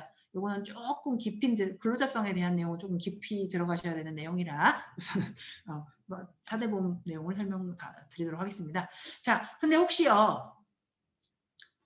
제가 이제 사업을 막 오픈을 했는데 직원분 인건비야 당연히 지급해야 되고 4대 보험 당연히 지급해야 되지만 사실상 저는 임금을 신고만 했지 못 가져가요. 이거 굳이 제가 납부해야 됩니까? 사업이 좀 안정화되면 그때부터 급여를 가져갈 거고 사실 지금은 보험료도 부담스럽습니다. 라고 하신다면 뭐 하시면 된다? 자, 요거 국민연금하고 건강보험을 누락하실 수가 있는데 이제 무보수 대표이사 확인서 요건 이제 누구만 법인 대표님만 이제 허용이 됩니다. 자, 무보수 대표이사 확인서를 작성을 해서 제출해 주시면 그 기간 동안 보험료 부과 안 되실 수 있어요. 그 대신 주의하실 점. 내가 이 법인의 대표만이다. 자, 내가 이 법인 대표에서 직장가입자의 신분을 잃으면 나 어디로 간다? 지역가입자로 돌아가시기 때문에 건강보험료가 지역에서 부과되신다는 건 기억해 주시고요. 차라리 지역보험료가 더 많이 나오시는 대표님은 차라리 보수를 낮게 신고하세요. 개인 사업자의 대표님은 내 보수를요. 우리 사업장 내가 데리고 있는 직원의 가장 높은 급여하고 똑같이 보험료를 납부하실 수 있습니다. 자, 내가 직원 3명 데리고 있는데 한 명은 200만 원, 다른 분은 250만 원, 어떤 분은 300만 원이다. 그럼 개인 사업자의 대표님은 300만 원 기준으로 매달 보험료를 납부하시다가 나중에 정산은 되실 거고요. 법인 사업자의 대표님은 내 직원의 임금이 최고 높은 사람이 500만 원이라고 할지라도 대표님은 100만 원으로 신고하실 수 있어요. 이게 법인과 개인이 다른 점입니다. 자, 심지어 나 무보수야, 나 빵원이야. 그럼 이제 무보수 대표이사 이 확인서를 제출해 주시면 보험료가 그 기간 동안 부과 안 되게 하실 수 있는 거예요. 자, 근데 그 건강보험의 신분이 뭘로 바뀌어버린다? 지역으로 바뀌어버리기 때문에 내가 지역보험료가 많이 나오는 대표님이다. 그럴 경우엔 차라리 법인의 보수를 낮게 신고해가지고 저렴하게 보험료를 납부하시는 게 이득이 돼요. 자, 이거 무보수 대표이사라고 나 보험료 너무 부담스러워요. 나 지역보험료가 더 싸요. 라고 하신다면 이 무보수 확인서를 제출해 주시면 되겠습니다. 제가요, 법인의 대표이기도 합니다만은 다른 직장 가입자입니다. 다른 회사를 또 다니고 있습니다. 그래서 저 4대 보험에 이미 가입이 되어 있어요. 자, 이 경우에는 요거 만약에 내가 무보수 대표이사 확인서를 내면 내 신분이 지역으로 바뀝니까? 아니요. 근로자 다른 데 이미 직장 가입자가 되어 있으시기 때문에 그 경우에는 무보수 확인서 제출하셔도 신분이 지역 가입자로 바뀌시진 않아요. 자, 기준금액 어떻게 한다고요? 아까 이미 배웠어요. 뭐 빼라고요? 비과세 빼고 적어주시면 돼요. 만약에 비과세 안 빼고 신고를 했는데 그러면 큰일 나요? 큰일은 안 나요. 근데 국민연금은 정산제도가 없어요. 그래서 비과세까지 엎은 금액으로 보험료를 계속 납부하시게 되고 내년도 이제 7월에 되면 기준이 바뀌시는 건데 건강보험하고 고용산재보험은 정산제도가 있기 때문에 비과세를 우리가 더 납부를 했다라고 하면 아주 정산할 때 돌려받 으실 수 있습니다. 자, 국민연금에서 손해가 나기 때문에 기준보수는 비과세를 빼고 신고를 해주셔라. 자, 그리고 아까 피부양자는 자, 근로자가 있을 경우에 피부양자를 신청을 해주시는데 피부양자는 부양요건, 소득요건, 재산요건을 다 채워주셔야만 피부양자가 되는 거고 그걸 우리가 판단할 필요는 없습니다. 근로자가 요청하면 저희는 신청 넣어주시고요. 넣어서 누가 판단한다? 건강보험공단에서 판단을 합니다. 만약에 이 요건을 못 채운 사람이었다? 그러면 우리가 신청서를 넣었음에도 불구하고 누락되실 거예요. 자, 피부양자는 저희가 아까 피부양자란을 딸깍 열잖아요. 그럼 이렇게 열립니다.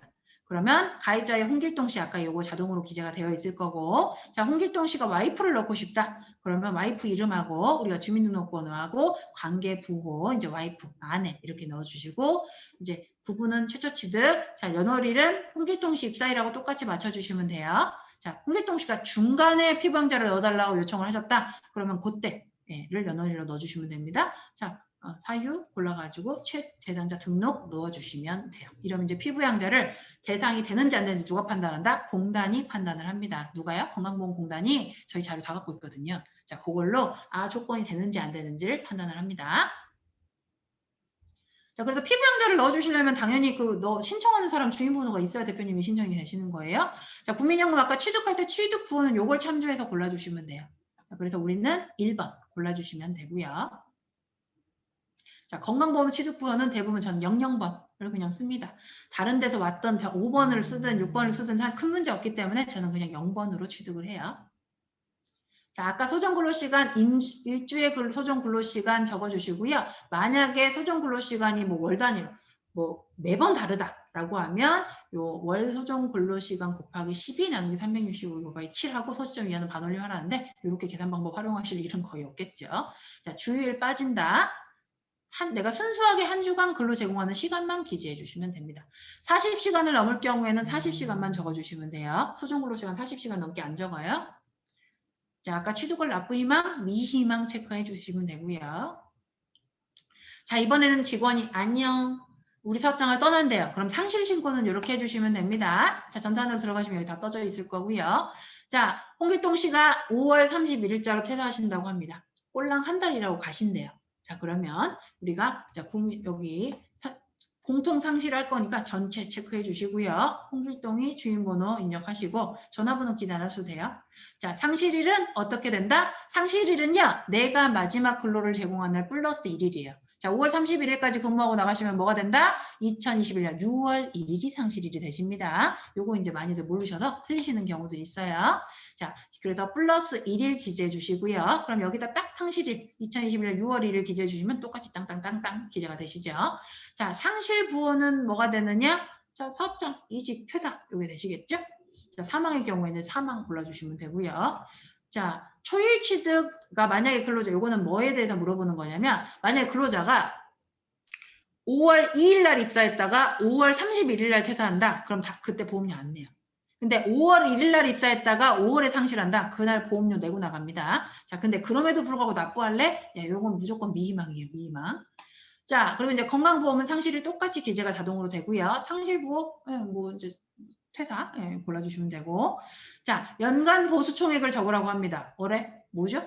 취득하고 뭐가 좀 다르네요.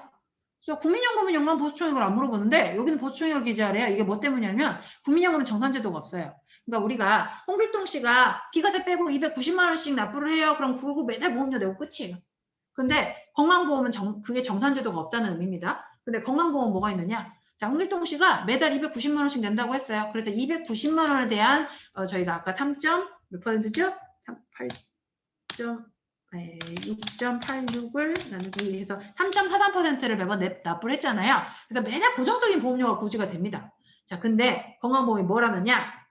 좋아. 진짜로 290씩 받았어? 우리 한번 보자 라고 해서 보수총액 신고라는 걸 하게 돼요. 우리가 언제까지? 내년도 3월 10일까지 저희가 1월 1일부터 12월 30일까지 우리 사업장에서 근로자한테 준 돈에 대해서 보수총액 신고를 하게 되거든요. 자, 그래서 어디 보자. 그러면 8개월 근무하셨네? 나누기 8개월 해봤더니 평균 금액이 어이구 290이 아니네. 비과세 빼고도 300이네. 그럼 매달 10만 원씩 우리한테 보험료를 안 냈네? 더 내놔. 그게 바로 4월에. 건강보험 정산은 언제 반영된다? 4월. 그래서 저희가 4대 보험은요. 7월, 4월 기억해 주셔야 되고요. 자, 2월은 연말정산 때문에 기억해 주시는 거예요. 자, 국민연금 7월 기억해 주시고요. 정산 없다며. 정산은 없어도 돈을 걷는 기준은 7월에 바뀌어요. 자, 근데 4월에는 뭐가 바뀌냐? 건강보험 정산분이 반영이 돼요. 그래서 4월쯤에 신문을 보시면 항상 건강보험 폭탄, 건강보험 폭탄.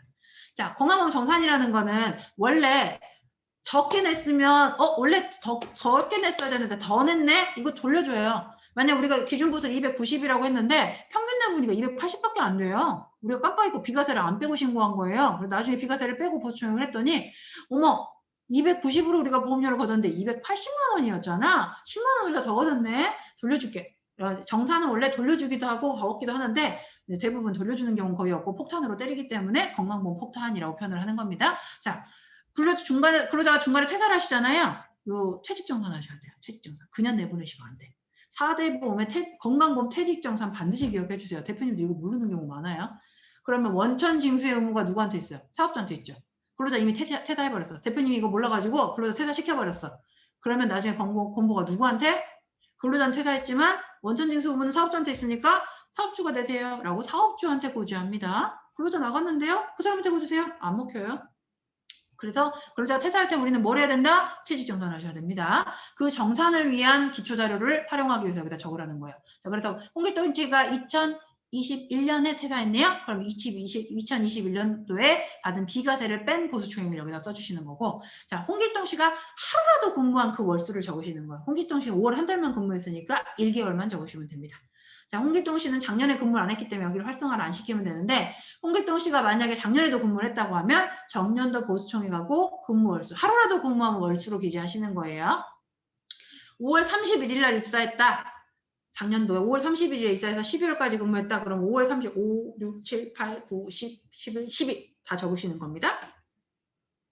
자, 근데 이게 만약에 홍길동 씨가 이미 우리가 4월에 정산한다 그랬잖아요. 4월 정산한 이후에 퇴사를 했다. 그럼 이 전년도 보수총액은 기재 안 하셔도 돼요. 이미 저희가 정산 끝났거든요. 그럼 여기다 빵 0은 입력하셔야 넘어가요. 00 써주시면 돼요. 굳이 옛날 자료 찾아서 안 하셔도 되고. 자, 그러면 고용보험도 마찬가지. 자, 여기 상실이 똑같이 기재되시고, 고용보험은 상실 코드가 매우 중요해요. 이걸 가지고 근로자가 실업급여를 받게 되거든요. 자, 만약 우리가 상실 코드를 잘못 기재해서 근로자가 실업급여를 타가버렸는데 나중에 이걸 정정하게 된다. 과태료가 100만 원, 200만 원, 300만 원 움직이기 때문에 요거는 좀 주의를 해주셔야 됩니다. 자, 요거 다시 한번 설명드릴게요. 자, 상실사에서 일반적으로 스스로 나갔다. 그럼 11번 개인사정퇴사고요. 여기다가 이제 소원으로 써야 되는데 개인사정퇴사 이렇게 쓰셔도 되고요. 만약에 대표님이 사직을 권했거나 해고했다. 그럼 23번 코드로 들어가게 되고 사업장 사정에 따른 공고사직 이렇게 이제 써주시면 됩니다. 자, 23번의 경우에 실업급여를 받지만 11번은 못 받아요. 스스로 나가는 분들이 실업급여 못 받는 거예요. 자, 해당 연도에 보충액 적으라네요. 예. 고용보험 산재보험도 정산제도가 있기 때문에 그 정산도 마찬가지 4월에 이루어지고요. 우리가 3월 15일까지 보수총액 신고를 제출을 해주면 비과세를 뺀 금액으로 1년 1월 1일부터 12월 30일까지 받은 금액을 신고를 해주면 정산을 해서 4월 달에 반영을 합니다.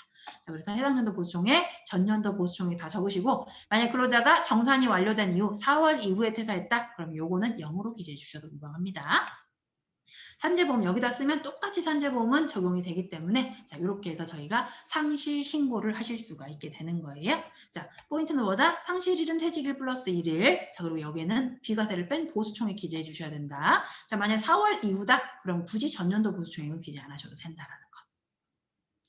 자 그래서 상실 코드는 자 상실일은 근로를 제공한 날의 다음 날. 자, 상실 코드는 국민연금. 저희가 이제 일반적으로 상각의 종류니까 일반적으로 3번을 써주시면 되겠죠. 만약 사망의 경우는 1번 넣어주시면 되고요. 건강보험 상실 코드, 자, 1번. 퇴직이 1번이니까 사망의 경우는 2번 해주시면 되고요. 자, 고용산재보험 상실 코드 중요하다고 했죠? 자, 자진퇴사. 여기에 항목에 11번은 실업급여 못 받아요. 자, 요 26번 실업급여 못 받아요. 자, 41번, 42번은 거의 활용할 일이 없으신 거고, 자, 11번, 12번, 22번, 23번, 31번, 32번은 실업급여를 받는 코드입니다. 자, 그래서 11번하고 26번 같은 경우는 실업급여를 못 받는 코드라는 거 기억해 주시기 바랍니다. 자, 이거를 고치는 거는 과태료를 매기진 않아요. 5만 원 정도 과태료 나와요. 근데 만약 그러다가 실업급여를 받을 건데 우리가 11번으로 했다가 이제 저희가 근로자 실업급여 받는 사람 이직 확인서라는 거 접수하시게 되거든요. 그거를 바꿨다. 그럼 과태료 100만 원, 200만 원, 300만 원. 1회의 경우 100만 원, 2회의 경우 200만 원, 3회의 경우 300만 원이니까 조심해 주셔야 됩니다. 자, 사업주도 연대 책임을 진다는 건 근로자가 실업급여 부정수급했는데 안 내놔요. 그럼 누가? 사업주한테 그대로 추징해 버릴 수 있는 게 바로 연대 책임이시니까 주의해 주셔야 돼요. 자, 아까 산정월수, 건강보험 산정월수는 한 달에 하루라도 근무했으면 산정월수에 들어가신다는 거. 자, 보수총액은 비과세 뺀 보수총액을 신고해 주시면 됩니다. 자, 4월 이후의 경우에는 전년도 보수총액 기재 안 하셔도 되고요. 자, 고용산재 보수총액은 비과세 뺀 보수총액 1월 1일부터 10월 30일까지 기재해 주시면 됩니다. 자, 이것도 마찬가지로 4월 이후 정산이 끝나고 나면 전년도의 보수총액 기재 안 하셔도 돼요. 자, 그리고 제가 아까 건강보험 뭐 하라 그랬어요? 4대 보험, 건강보험은 퇴직할 때 뭐 해야 된다고요? 원래 재직 계속 하고 싶으신 분은 내년도에 되면 우리가 정산을 볼 거 아니에요. 근데 중도에 퇴사해버려요. 아직 정산을 안 받는데 내년 4월이 돼야 정산을 반영할 거 아니에요. 근데 중도에 퇴사해버려요. 그럼 뭐 하죠? 우리가 이 사람 290만 원씩 받아요 해서 매달 290만 원에 대한 3.43%만 보험료를 납부를 했는데 실제로는 연장수당도 지급하고 다른 뭐 기타 수당도 지급하고 그래서 돈이 더 나갔습니다. 근데 이 사람을 그냥 똑같은 보험료만 매기고 퇴사를 시켜버렸다. 그럼 그 차액분에 대한 보험료를 누구한테? 대표님한테 고지가 돼버리기 때문에 반드시 뭘 하셔야 된다? 퇴직 정산을 실시하셔야 됩니다. 자, 이 퇴직 정산하는 방법 알려드릴게요. 자, 만약에 근로자가 입사일이 2020년 5월 1일이에요. 퇴사일은 2021년 3월 19일이에요. 자, 우리가 비과세를 뺀 보수월액을 200만 원으로 신고를 해놨다. 자, 그러면 이제 저희가 퇴직 정산을 할 때 2021년 3월 19일 날 이제 4월 전이잖아요. 퇴직 정산을 실시를 해야 되거든요. 자, 1,800만 원, 2020년도 보수총액 비과세 빼고 1,800만 원, 2021년에 받은 이제 임금 합계는 535만 원입니다. 자, 기납부 보험료는 2020년도에 건강보험료 53만 원 가량, 요양 5만 4천 원 가량, 2021년 건강보험료 25만 5천 원 가량, 요양이 2만 3,700원 가량. 이제 우리가 근로자한테 거둔 보험료에 대한 내용을 확인하셔야 돼요. 이 자료가 있어야 우리가 보험료 정산이라는 걸 하실 수가 있거든요. 자, 이거 어디 가서 하시면 되느냐? 건강보험공단 사이트에 가시면 이거 정산하는 그 제가 주소를 여기다가 안 넣어놨나? 어디 갔지? 안 넣어놨네? 건강보험 EDI를 가시면요. 요거 사대보험에 정산하실 수 있는 란이 있어요. 거길 들어가시면 요게 떠요. 자, 그럼 먼저 우리가 2개 실시하셔야 돼요. 왜냐면 연도가 걸쳐 이 사람이 연도가 아직 전년도에 대한 연말정산하고 올해년도에 대한 퇴직정산 2가지를 다 실시하셔야 되거든요. 자, 먼저 전년도에 대한 연말정산 실시해 볼게요.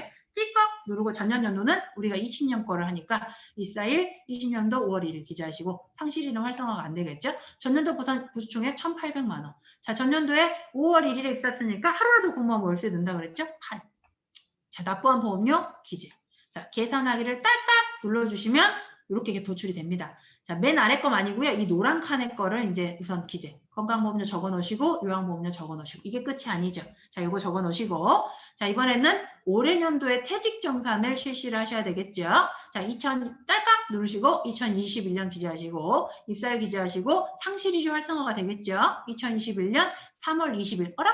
네. 내가 퇴직한 날 플러스 1일을 여기다 적어주시는 겁니다. 자, 올해도 보수총액 1월 1일부터 3월 19일까지 535만 원 받았네요. 자, 1, 2, 3개월 넣어주시고 자, 올해년도에 납부한 보험료, 건강보험료, 요양보험료 적어주시고 딸깍 계산하기 눌러주시면 자, 여기 보셔야 돼요. 맨 마지막 건 합산금액이니까 요거. 자, 마이너스 22,320원. 마이너스 2,580원이에요. 자, 아까 계산한 거랑 자, 요거랑 요거 2개를 더해서 근로자한테 퇴직정산으로 반영을 하셔야 됩니다. 건강보험료 퇴직정산으로 반영을 하셔야지 요걸 안 했다. 지금 요 경우에는 2개를 더하면 근로자한테 더 거두셔야 되는 상황인 거잖아요. 자, 요걸 안 한다. 그럼 누가? 대표님만 생돈 나가시는 거예요. 자, 이 금액이 만약에 크다. 네, 대표님 혼자 다 뒤집어 쓰시는 거예요. 그래서 뭐 해야 된다? 퇴직정산을 실시하셔야 된다. 자, 근로자가 그리고 이제 이직 확인서라는 거는 실업급여를 아까 받을 수 있는 코드가 있다라고 했죠. 실업급여를 받을 분들에 대해서만 이직 확인서라는 걸 접수를 해주셔야 됩니다. 자, 근데 근로자가 실업급 23번 코드로 근로자가 나갔어요. 내가 나가라고 했어요. 사직을 권고했어요. 근데 근로자가 다른 회사로 바로 이직할 거다. 그럼 우리 이직 확인서 접수 안 하셔도 돼요. 실업급여를 받을 사람들만 이 이직 확인서를 접수하시는 겁니다. 상실신고, 니꼴, 이직 확인서 접수 아니에요. 자, 근데 나중에 근로자가 그때는 다른 회사 간다고 그랬는데 안 간 거예요. 그래서 이직 확인서 좀 접수해 주세요 라고 요청이 들어오면 그때는 접수하실 의무가 있습니다. 자, 무조건 하셔야 되는 소리는 아니다. 자, 그럼 이직 확인서는 아마 이 부분 이제 세무부에서 많이 해주실 텐데 틀리는 경우들이 좀 많아가지고 자, 내용을 좀 숙지해 주셔야 돼요. 자, 명칭 소재지 다 써주시고요. 자, 피보험자는 그 떠나는 홍길동 씨 요거 써주시고 자, 피보험 자격 취득일은 입사일이고요. 자, 이직일은 요거 주의해 주세요. 마지막 근로를 제공한 날이에요. 플러스 1일 아니에요. 마지막 근로를 제공한 날이 이직일입니다. 자, 요거는 180일이 넘으시면 180일 이상 쓰실 필요는 없고요. 자, 만약에 근로자 홍길동 씨가 3월 19일 날 퇴사를 하셨다. 그러면 2021년 3월 1일부터 2021년 3월 19일. 자, 2021년 2월 1일부터 2021년 2월 28일까지. 2021년 1월 1일부터 2021년 1월 30일까지. 2020년 12월 1일부터 2021년 12월 31일까지 이렇게 해서 쭉 돌려요. 그래서 이렇게 각각 일수는 보통 이제 월수로 적으실 텐데 그 해당일 일수. 자, 3월 19일부터 3월 1일부터 19일 되면 19일. 그 다음에는 28일. 여기 31일. 막 이렇게 이제 써주실 텐데, 사실 그거 틀린 거고요. 보수의 지급 기출 일소는 여러분 사업장에 토요일이 근무 의무가 없죠. 그러면 토요일은 빼고 쓰시는 거예요. 원래는. 근데 근로가 7개월을 훨씬 넘는다라고 하면 이거 민감하게 안 봐요.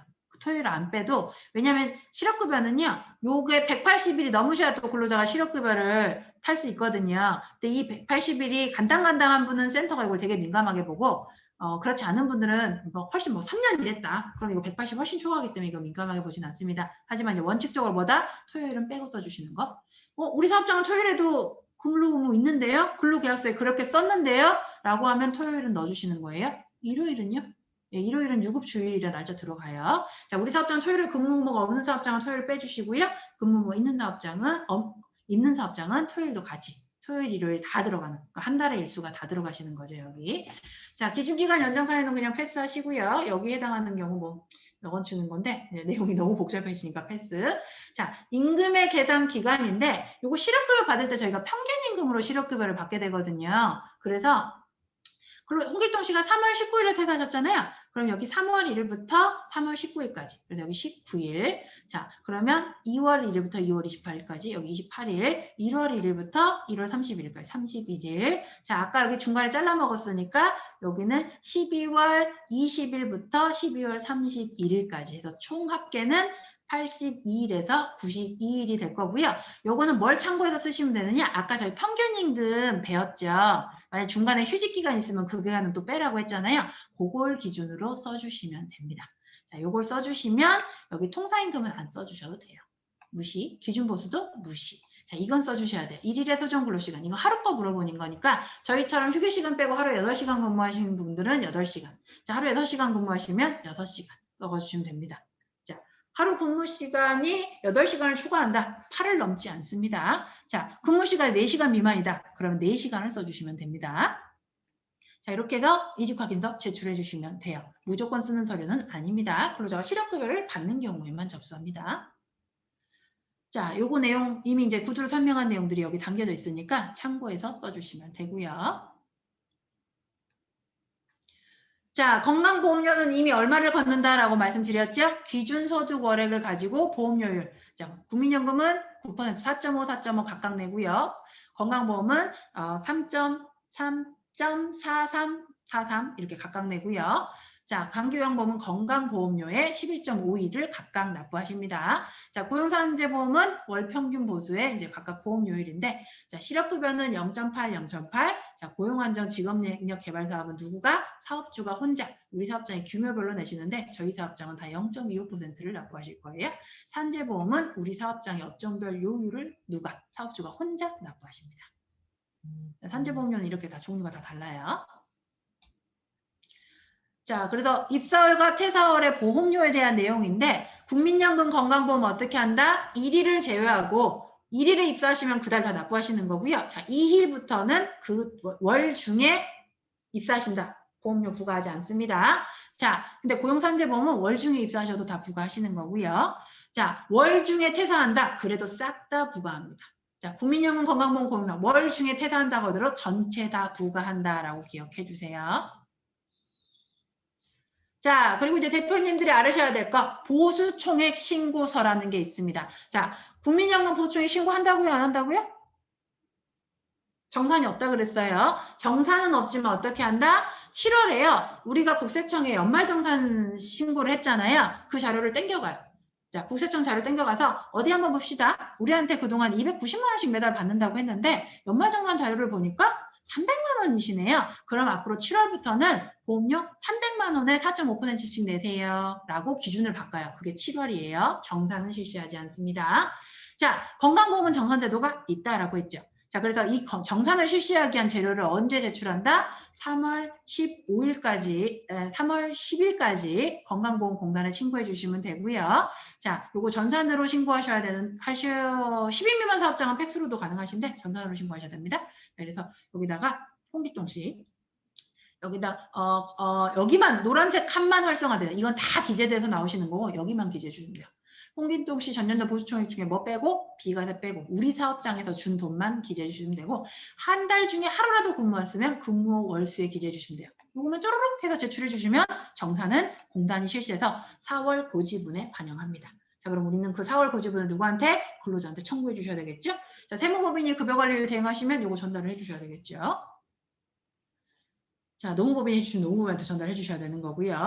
자, 고용보험, 산재보험 언제까지? 3월 15일까지 요 보수총액 신고서를 제출을 해주는데, 자, 뭐만 활성화된다? 이건 다 기재되어 있고요. 여기만 활성화됩니다. 자, 이 파란 칸만, 요 파란 칸만 기재해 주시면 돼요. 자, 그래서 비과세를 뺀 금액을 여기다 적어주시면 되고, 고용산재보험은 일할 계산을 하기 때문에 월수를 물어보지 않아요. 보수총액만 기재해 주시면 돼요. 1월 1일부터 12월 31일까지 보수총액만 써주시면 됩니다. 자, 만약에 우리가 일용근로자를 썼다라고 하면 이제 요거 따로 일용근로자의 보수총액은 따로 적어주시는 거예요. 아마 이제 대표님들 지적은 안 하시겠죠. 자, 그래서 3월 10일과 3월 15일까지 신고를 해주셔야 되고, 만약에 이거를 지연하게 된다고 하더라도 어마무시하게 큰 문제는 발생하지 않습니다. 뭐 가산세가 10% 달라붙는다든가 그거는 아니에요. 자, 그리고 이제 이건 사업장에서 있으실 수 있는 문제라서 대표님들이 세무법인이 이 내용들을 많이 몰라요. 왜요? 사대보험의 전문이 아니다 보니까 그냥 서비스로 사대보험을 처리를 해주시다 보니까 이 내용들 이제 모르시는 경우들이 좀 많습니다. 만약에요, 우리 사업장의 직원이 근무를 하다가 휴직을 해요. 출산휴가를 가요. 육아휴직을 가요. 임금이 안 나가요, 우리가. 그러면 근데 우리 사업장을 떠난 건 아니에요. 그럼 어떻게 해요? 보험료가 매달 고지되시겠죠? 자, 이거를 정지시킬 방법이 없습니까? 예, 그게 바로 국민연금, 건강보험, 고용산재보험의 납부 유예 또는 휴직 등의 신고라고 부르고요. 이게 이제 4대 보험이 통합이 안 돼가지고 국민연금 납부 유예, 건강보험 납부, 죄송해요. 이거 납부 유예 아니고 납부 예외입니다. 납부 예외. 납부 유예는 밀어주는 거고 납부 예외는 고지 안 하겠다는 거예요. 납부 예외예요. 자, 국민연금을 납부를 예외시킵니다. 자, 한마디로 그 기간 동안 보험료를 걷지 않겠다. 국민연금 걷지 않겠다라는 거예요. 신고하지 않으면 계속 고지가 될 거고 납부 예외 신고를 해주셔야 고지가 안 됩니다. 자, 그래서 만약에 휴직을 한 달 이상 한다라고 하면 저희가 그 휴직 한 달부터 복직일에 속하는 달까지 보험료를 면제시켜줘요. 이거 신고해 주셔야만 적용됩니다. 자, 근데 만약에 원래 200만 원 받던 사람을 그 기간 동안 사업자가 100만 원 이상 지급한다. 이거 납부 예외 안 받아줍니다. 자, 월급 빵원이다. 그럼 당연히 받아주겠죠. 자, 그래서 사유는 뭐 출산휴가를 간다던가, 뭐 휴직을 간다던가, 병역을 간다던가, 아니면 무보수 대표이사든 여기에 해당하는 거예요. 자, 이렇게 해서 납부 예외 신청해 주시면 되고요. 납부 예외예요, 예외. 자, 그럼 건강보험은요. 여기 이제 신청서 양식이고, 건강보험은 납부를 유예를 시킵니다. 죄송해요. 이게 바뀌었어요. 납부 유예를 시켜줘요. 납부를 밀어주겠다는 거예요. 건강보험은 걷겠다는 의사가 아주 추철하거든요. 그래서 그 기간 동안 임금 안 받으니까 복직할 때까지 밀어줄게. 요거거든요. 자, 그래서 밀어줘요. 그 대신 100%다 걷는 건 아니고요. 깎아줍니다. 사유에 따라서. 만약에 근로자가 병역이나 학업으로 저희가 납부 유예 신고를 해놓잖아요. 그럼 복직했을 때 보험료를 반 깎아서 추징을 하고요. 자, 사업주분도 반 깎아서 들어오니까 유리하겠죠? 자, 육아휴직의 경우에는 반도 아니고 그냥 한 달 기준으로 9,570원에다가 장기 요양 막 1,100원 해가지고 이제 아주 조금 이제 만 얼마를 걷습니다. 굉장히 싸지죠. 자, 질병휴직의 경우에는 50% 경감하고요. 이거 뭐 우리 해당 사항 없을 거고 만약 무급노조 전임 장애경이면 50% 정도. 89%는 결감률이 없어요. 자, 뭐 우리가 징계를 받아갖고 임금을 안 받는다. 무노동 무임금자다. 이거는 89번으로 유예는 시킬 수 있는데 경감률은 없습니다. 뭐가 안 보이네요? 출산휴가의 경우에도 여기에 해당합니다. 출산휴가에는 경감률 없어요. 89번에 해당해요. 자, 이것도 마찬가지로 1개월 이상 휴직하셔야 적용 대상이 되는 거고 납부 유예 신청을 해주셔야 합니다. 자, 이렇게 전산으로는 신고하실 수 있고요.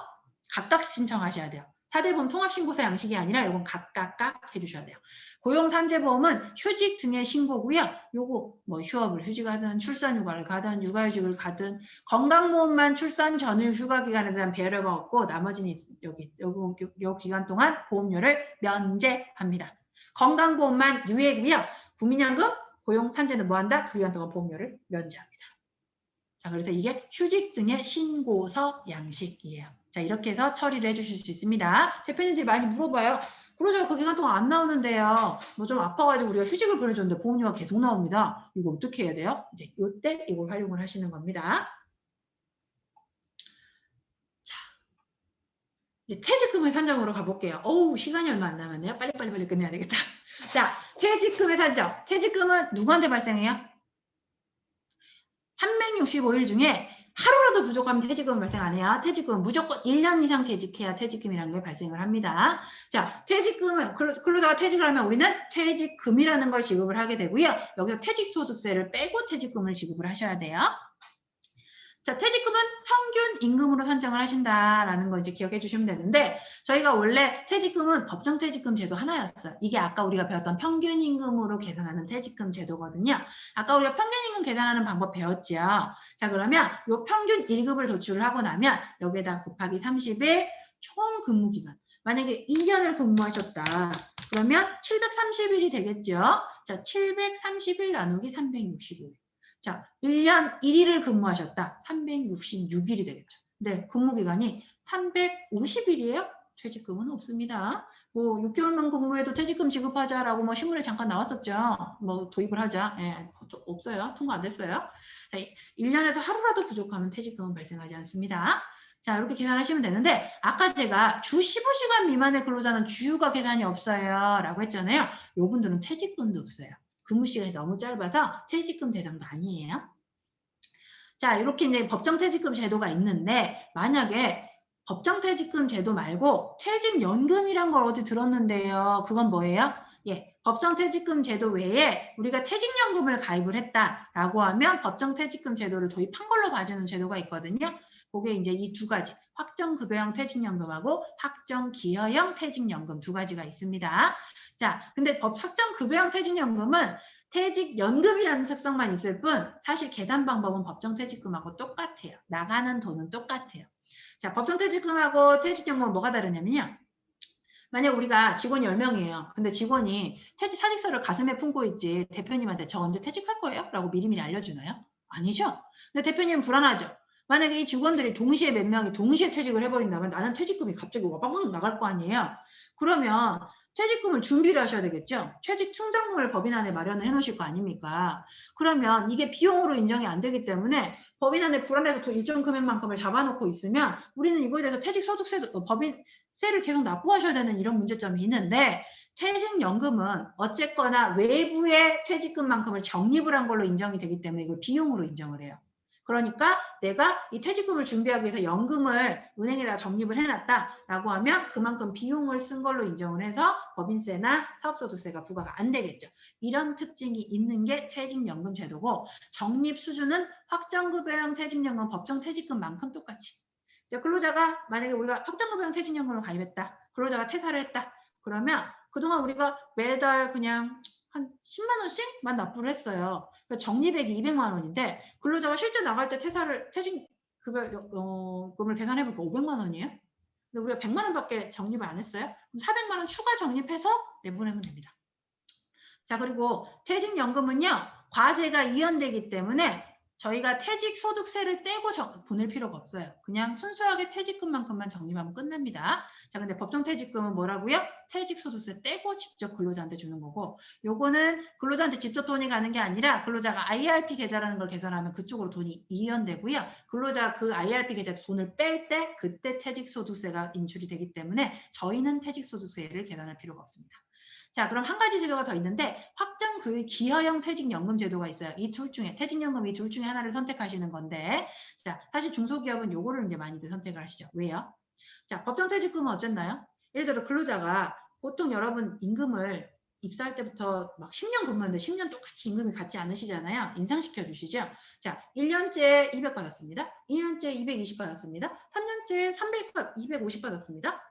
4년째 300을 받았다. 근데 퇴직금은 어떻게? 마지막 이 300만 원을 이 300만 원의 3개월분 평균 임금을 가지고 전체 4년간의 퇴직금을 산정을 하게 되죠. 임금 인상분이 전체 근무기간에 미치죠. 이게 법정 퇴직금인데 이 확정기여형 제도는 확정급여형도 마찬가지로 계산한다 그랬죠. 이 확정급여형은 그걸 다 무시하고 어떻게? 1년에 220 받았잖아요.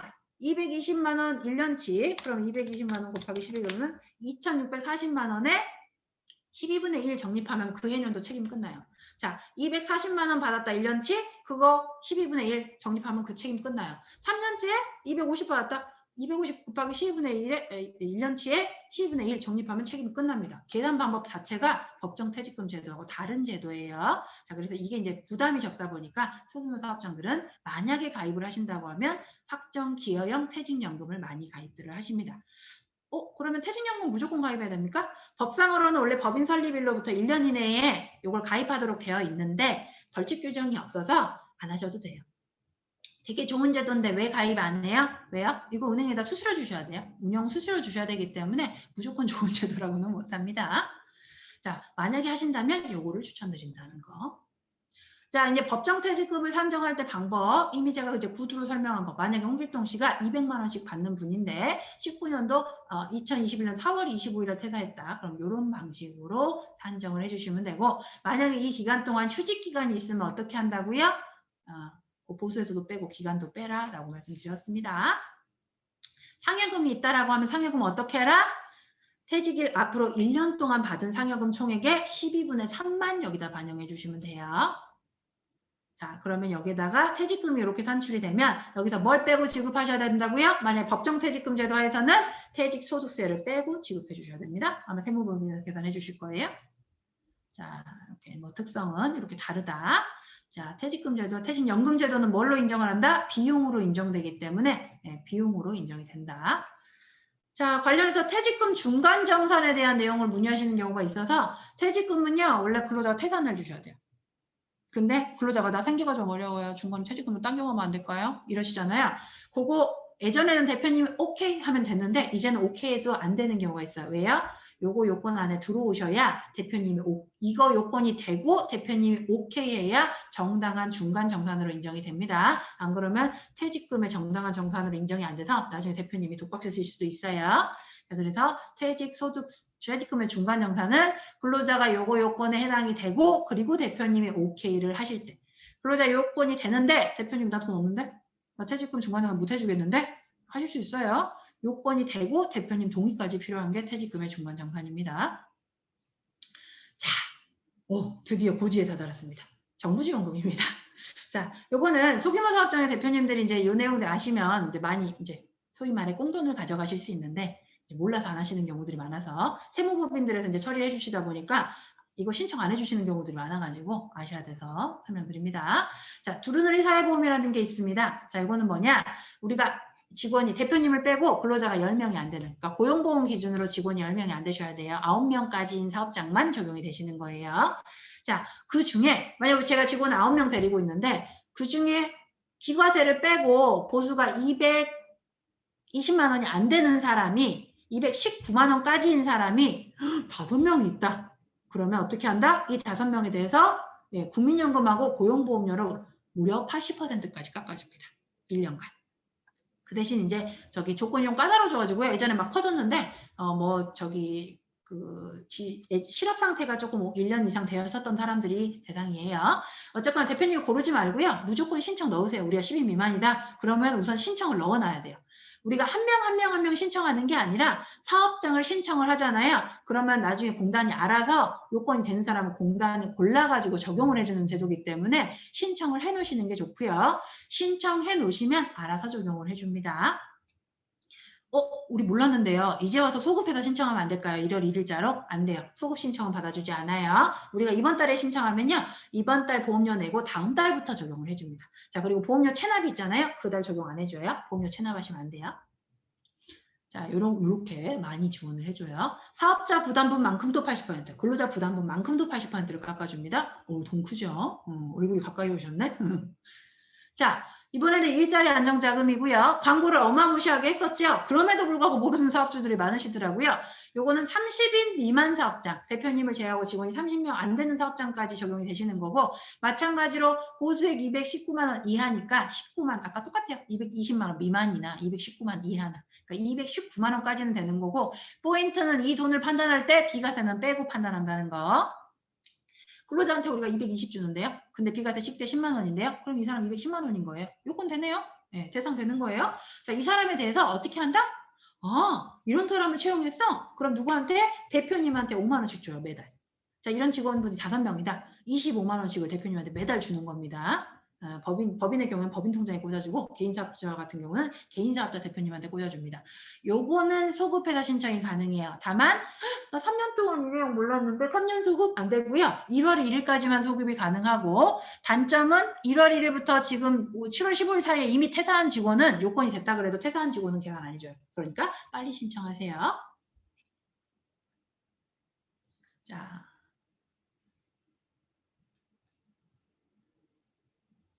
이제 근무시간 40시간은 5만 원이고요. 자, 근무시간 짧은 사람은 이렇게 비례해서 지급을 해줍니다. 만약에 심지어 우리 사업장이 5인 미만이다. 그럼 한 명 기준 최대 7만 원까지입니다.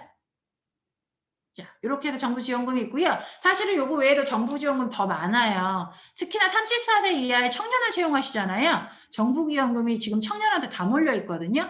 심지어 34 지금 우리 사업장이 5명이 넘는다. 근데 34세 이하의 청년을 채용을 했다.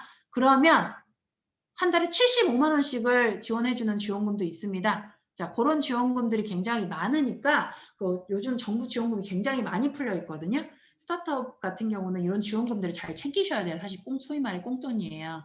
저희 거래처 같은 경우는 지원금만으로 지금 현재 2억 원째 챙겨가고 계시거든요. 대표님 입이 찢어지려고 그래요. 꽁돈을 2억 원씩 막 받아가셔가지고. 자, 이렇게 지원금들이 많은데 너무 많아 다 알려드릴 수는 없어서 우선 보험에 관련된 지원금 2개만 우선 알려드렸어요. 혹시나 제가 오늘 강의 드린 내용에 대해서 이제 질문이 있으시면 여기 이제 메일을 저기 활용해 주시고요. 이제 전화번호 같은 경우는 이제 불가피한 경우를 위해서 올려는 드렸으면입니다만은 업무가 많아서 이제 강의와 관련된 내용을 메일로 질문 주시고 개인적인 자문을 올려주시면 안 됩니다. 자, 오늘 긴 시간 동안 강의 많이 고생들 하셨고요. 혹시나 이제 질문사항 있으면 이쪽으로 주시기 바랍니다. 자, 고생 많으셨습니다. 네, 노무사님 감사합니다. 감사합니다. 4대 보험이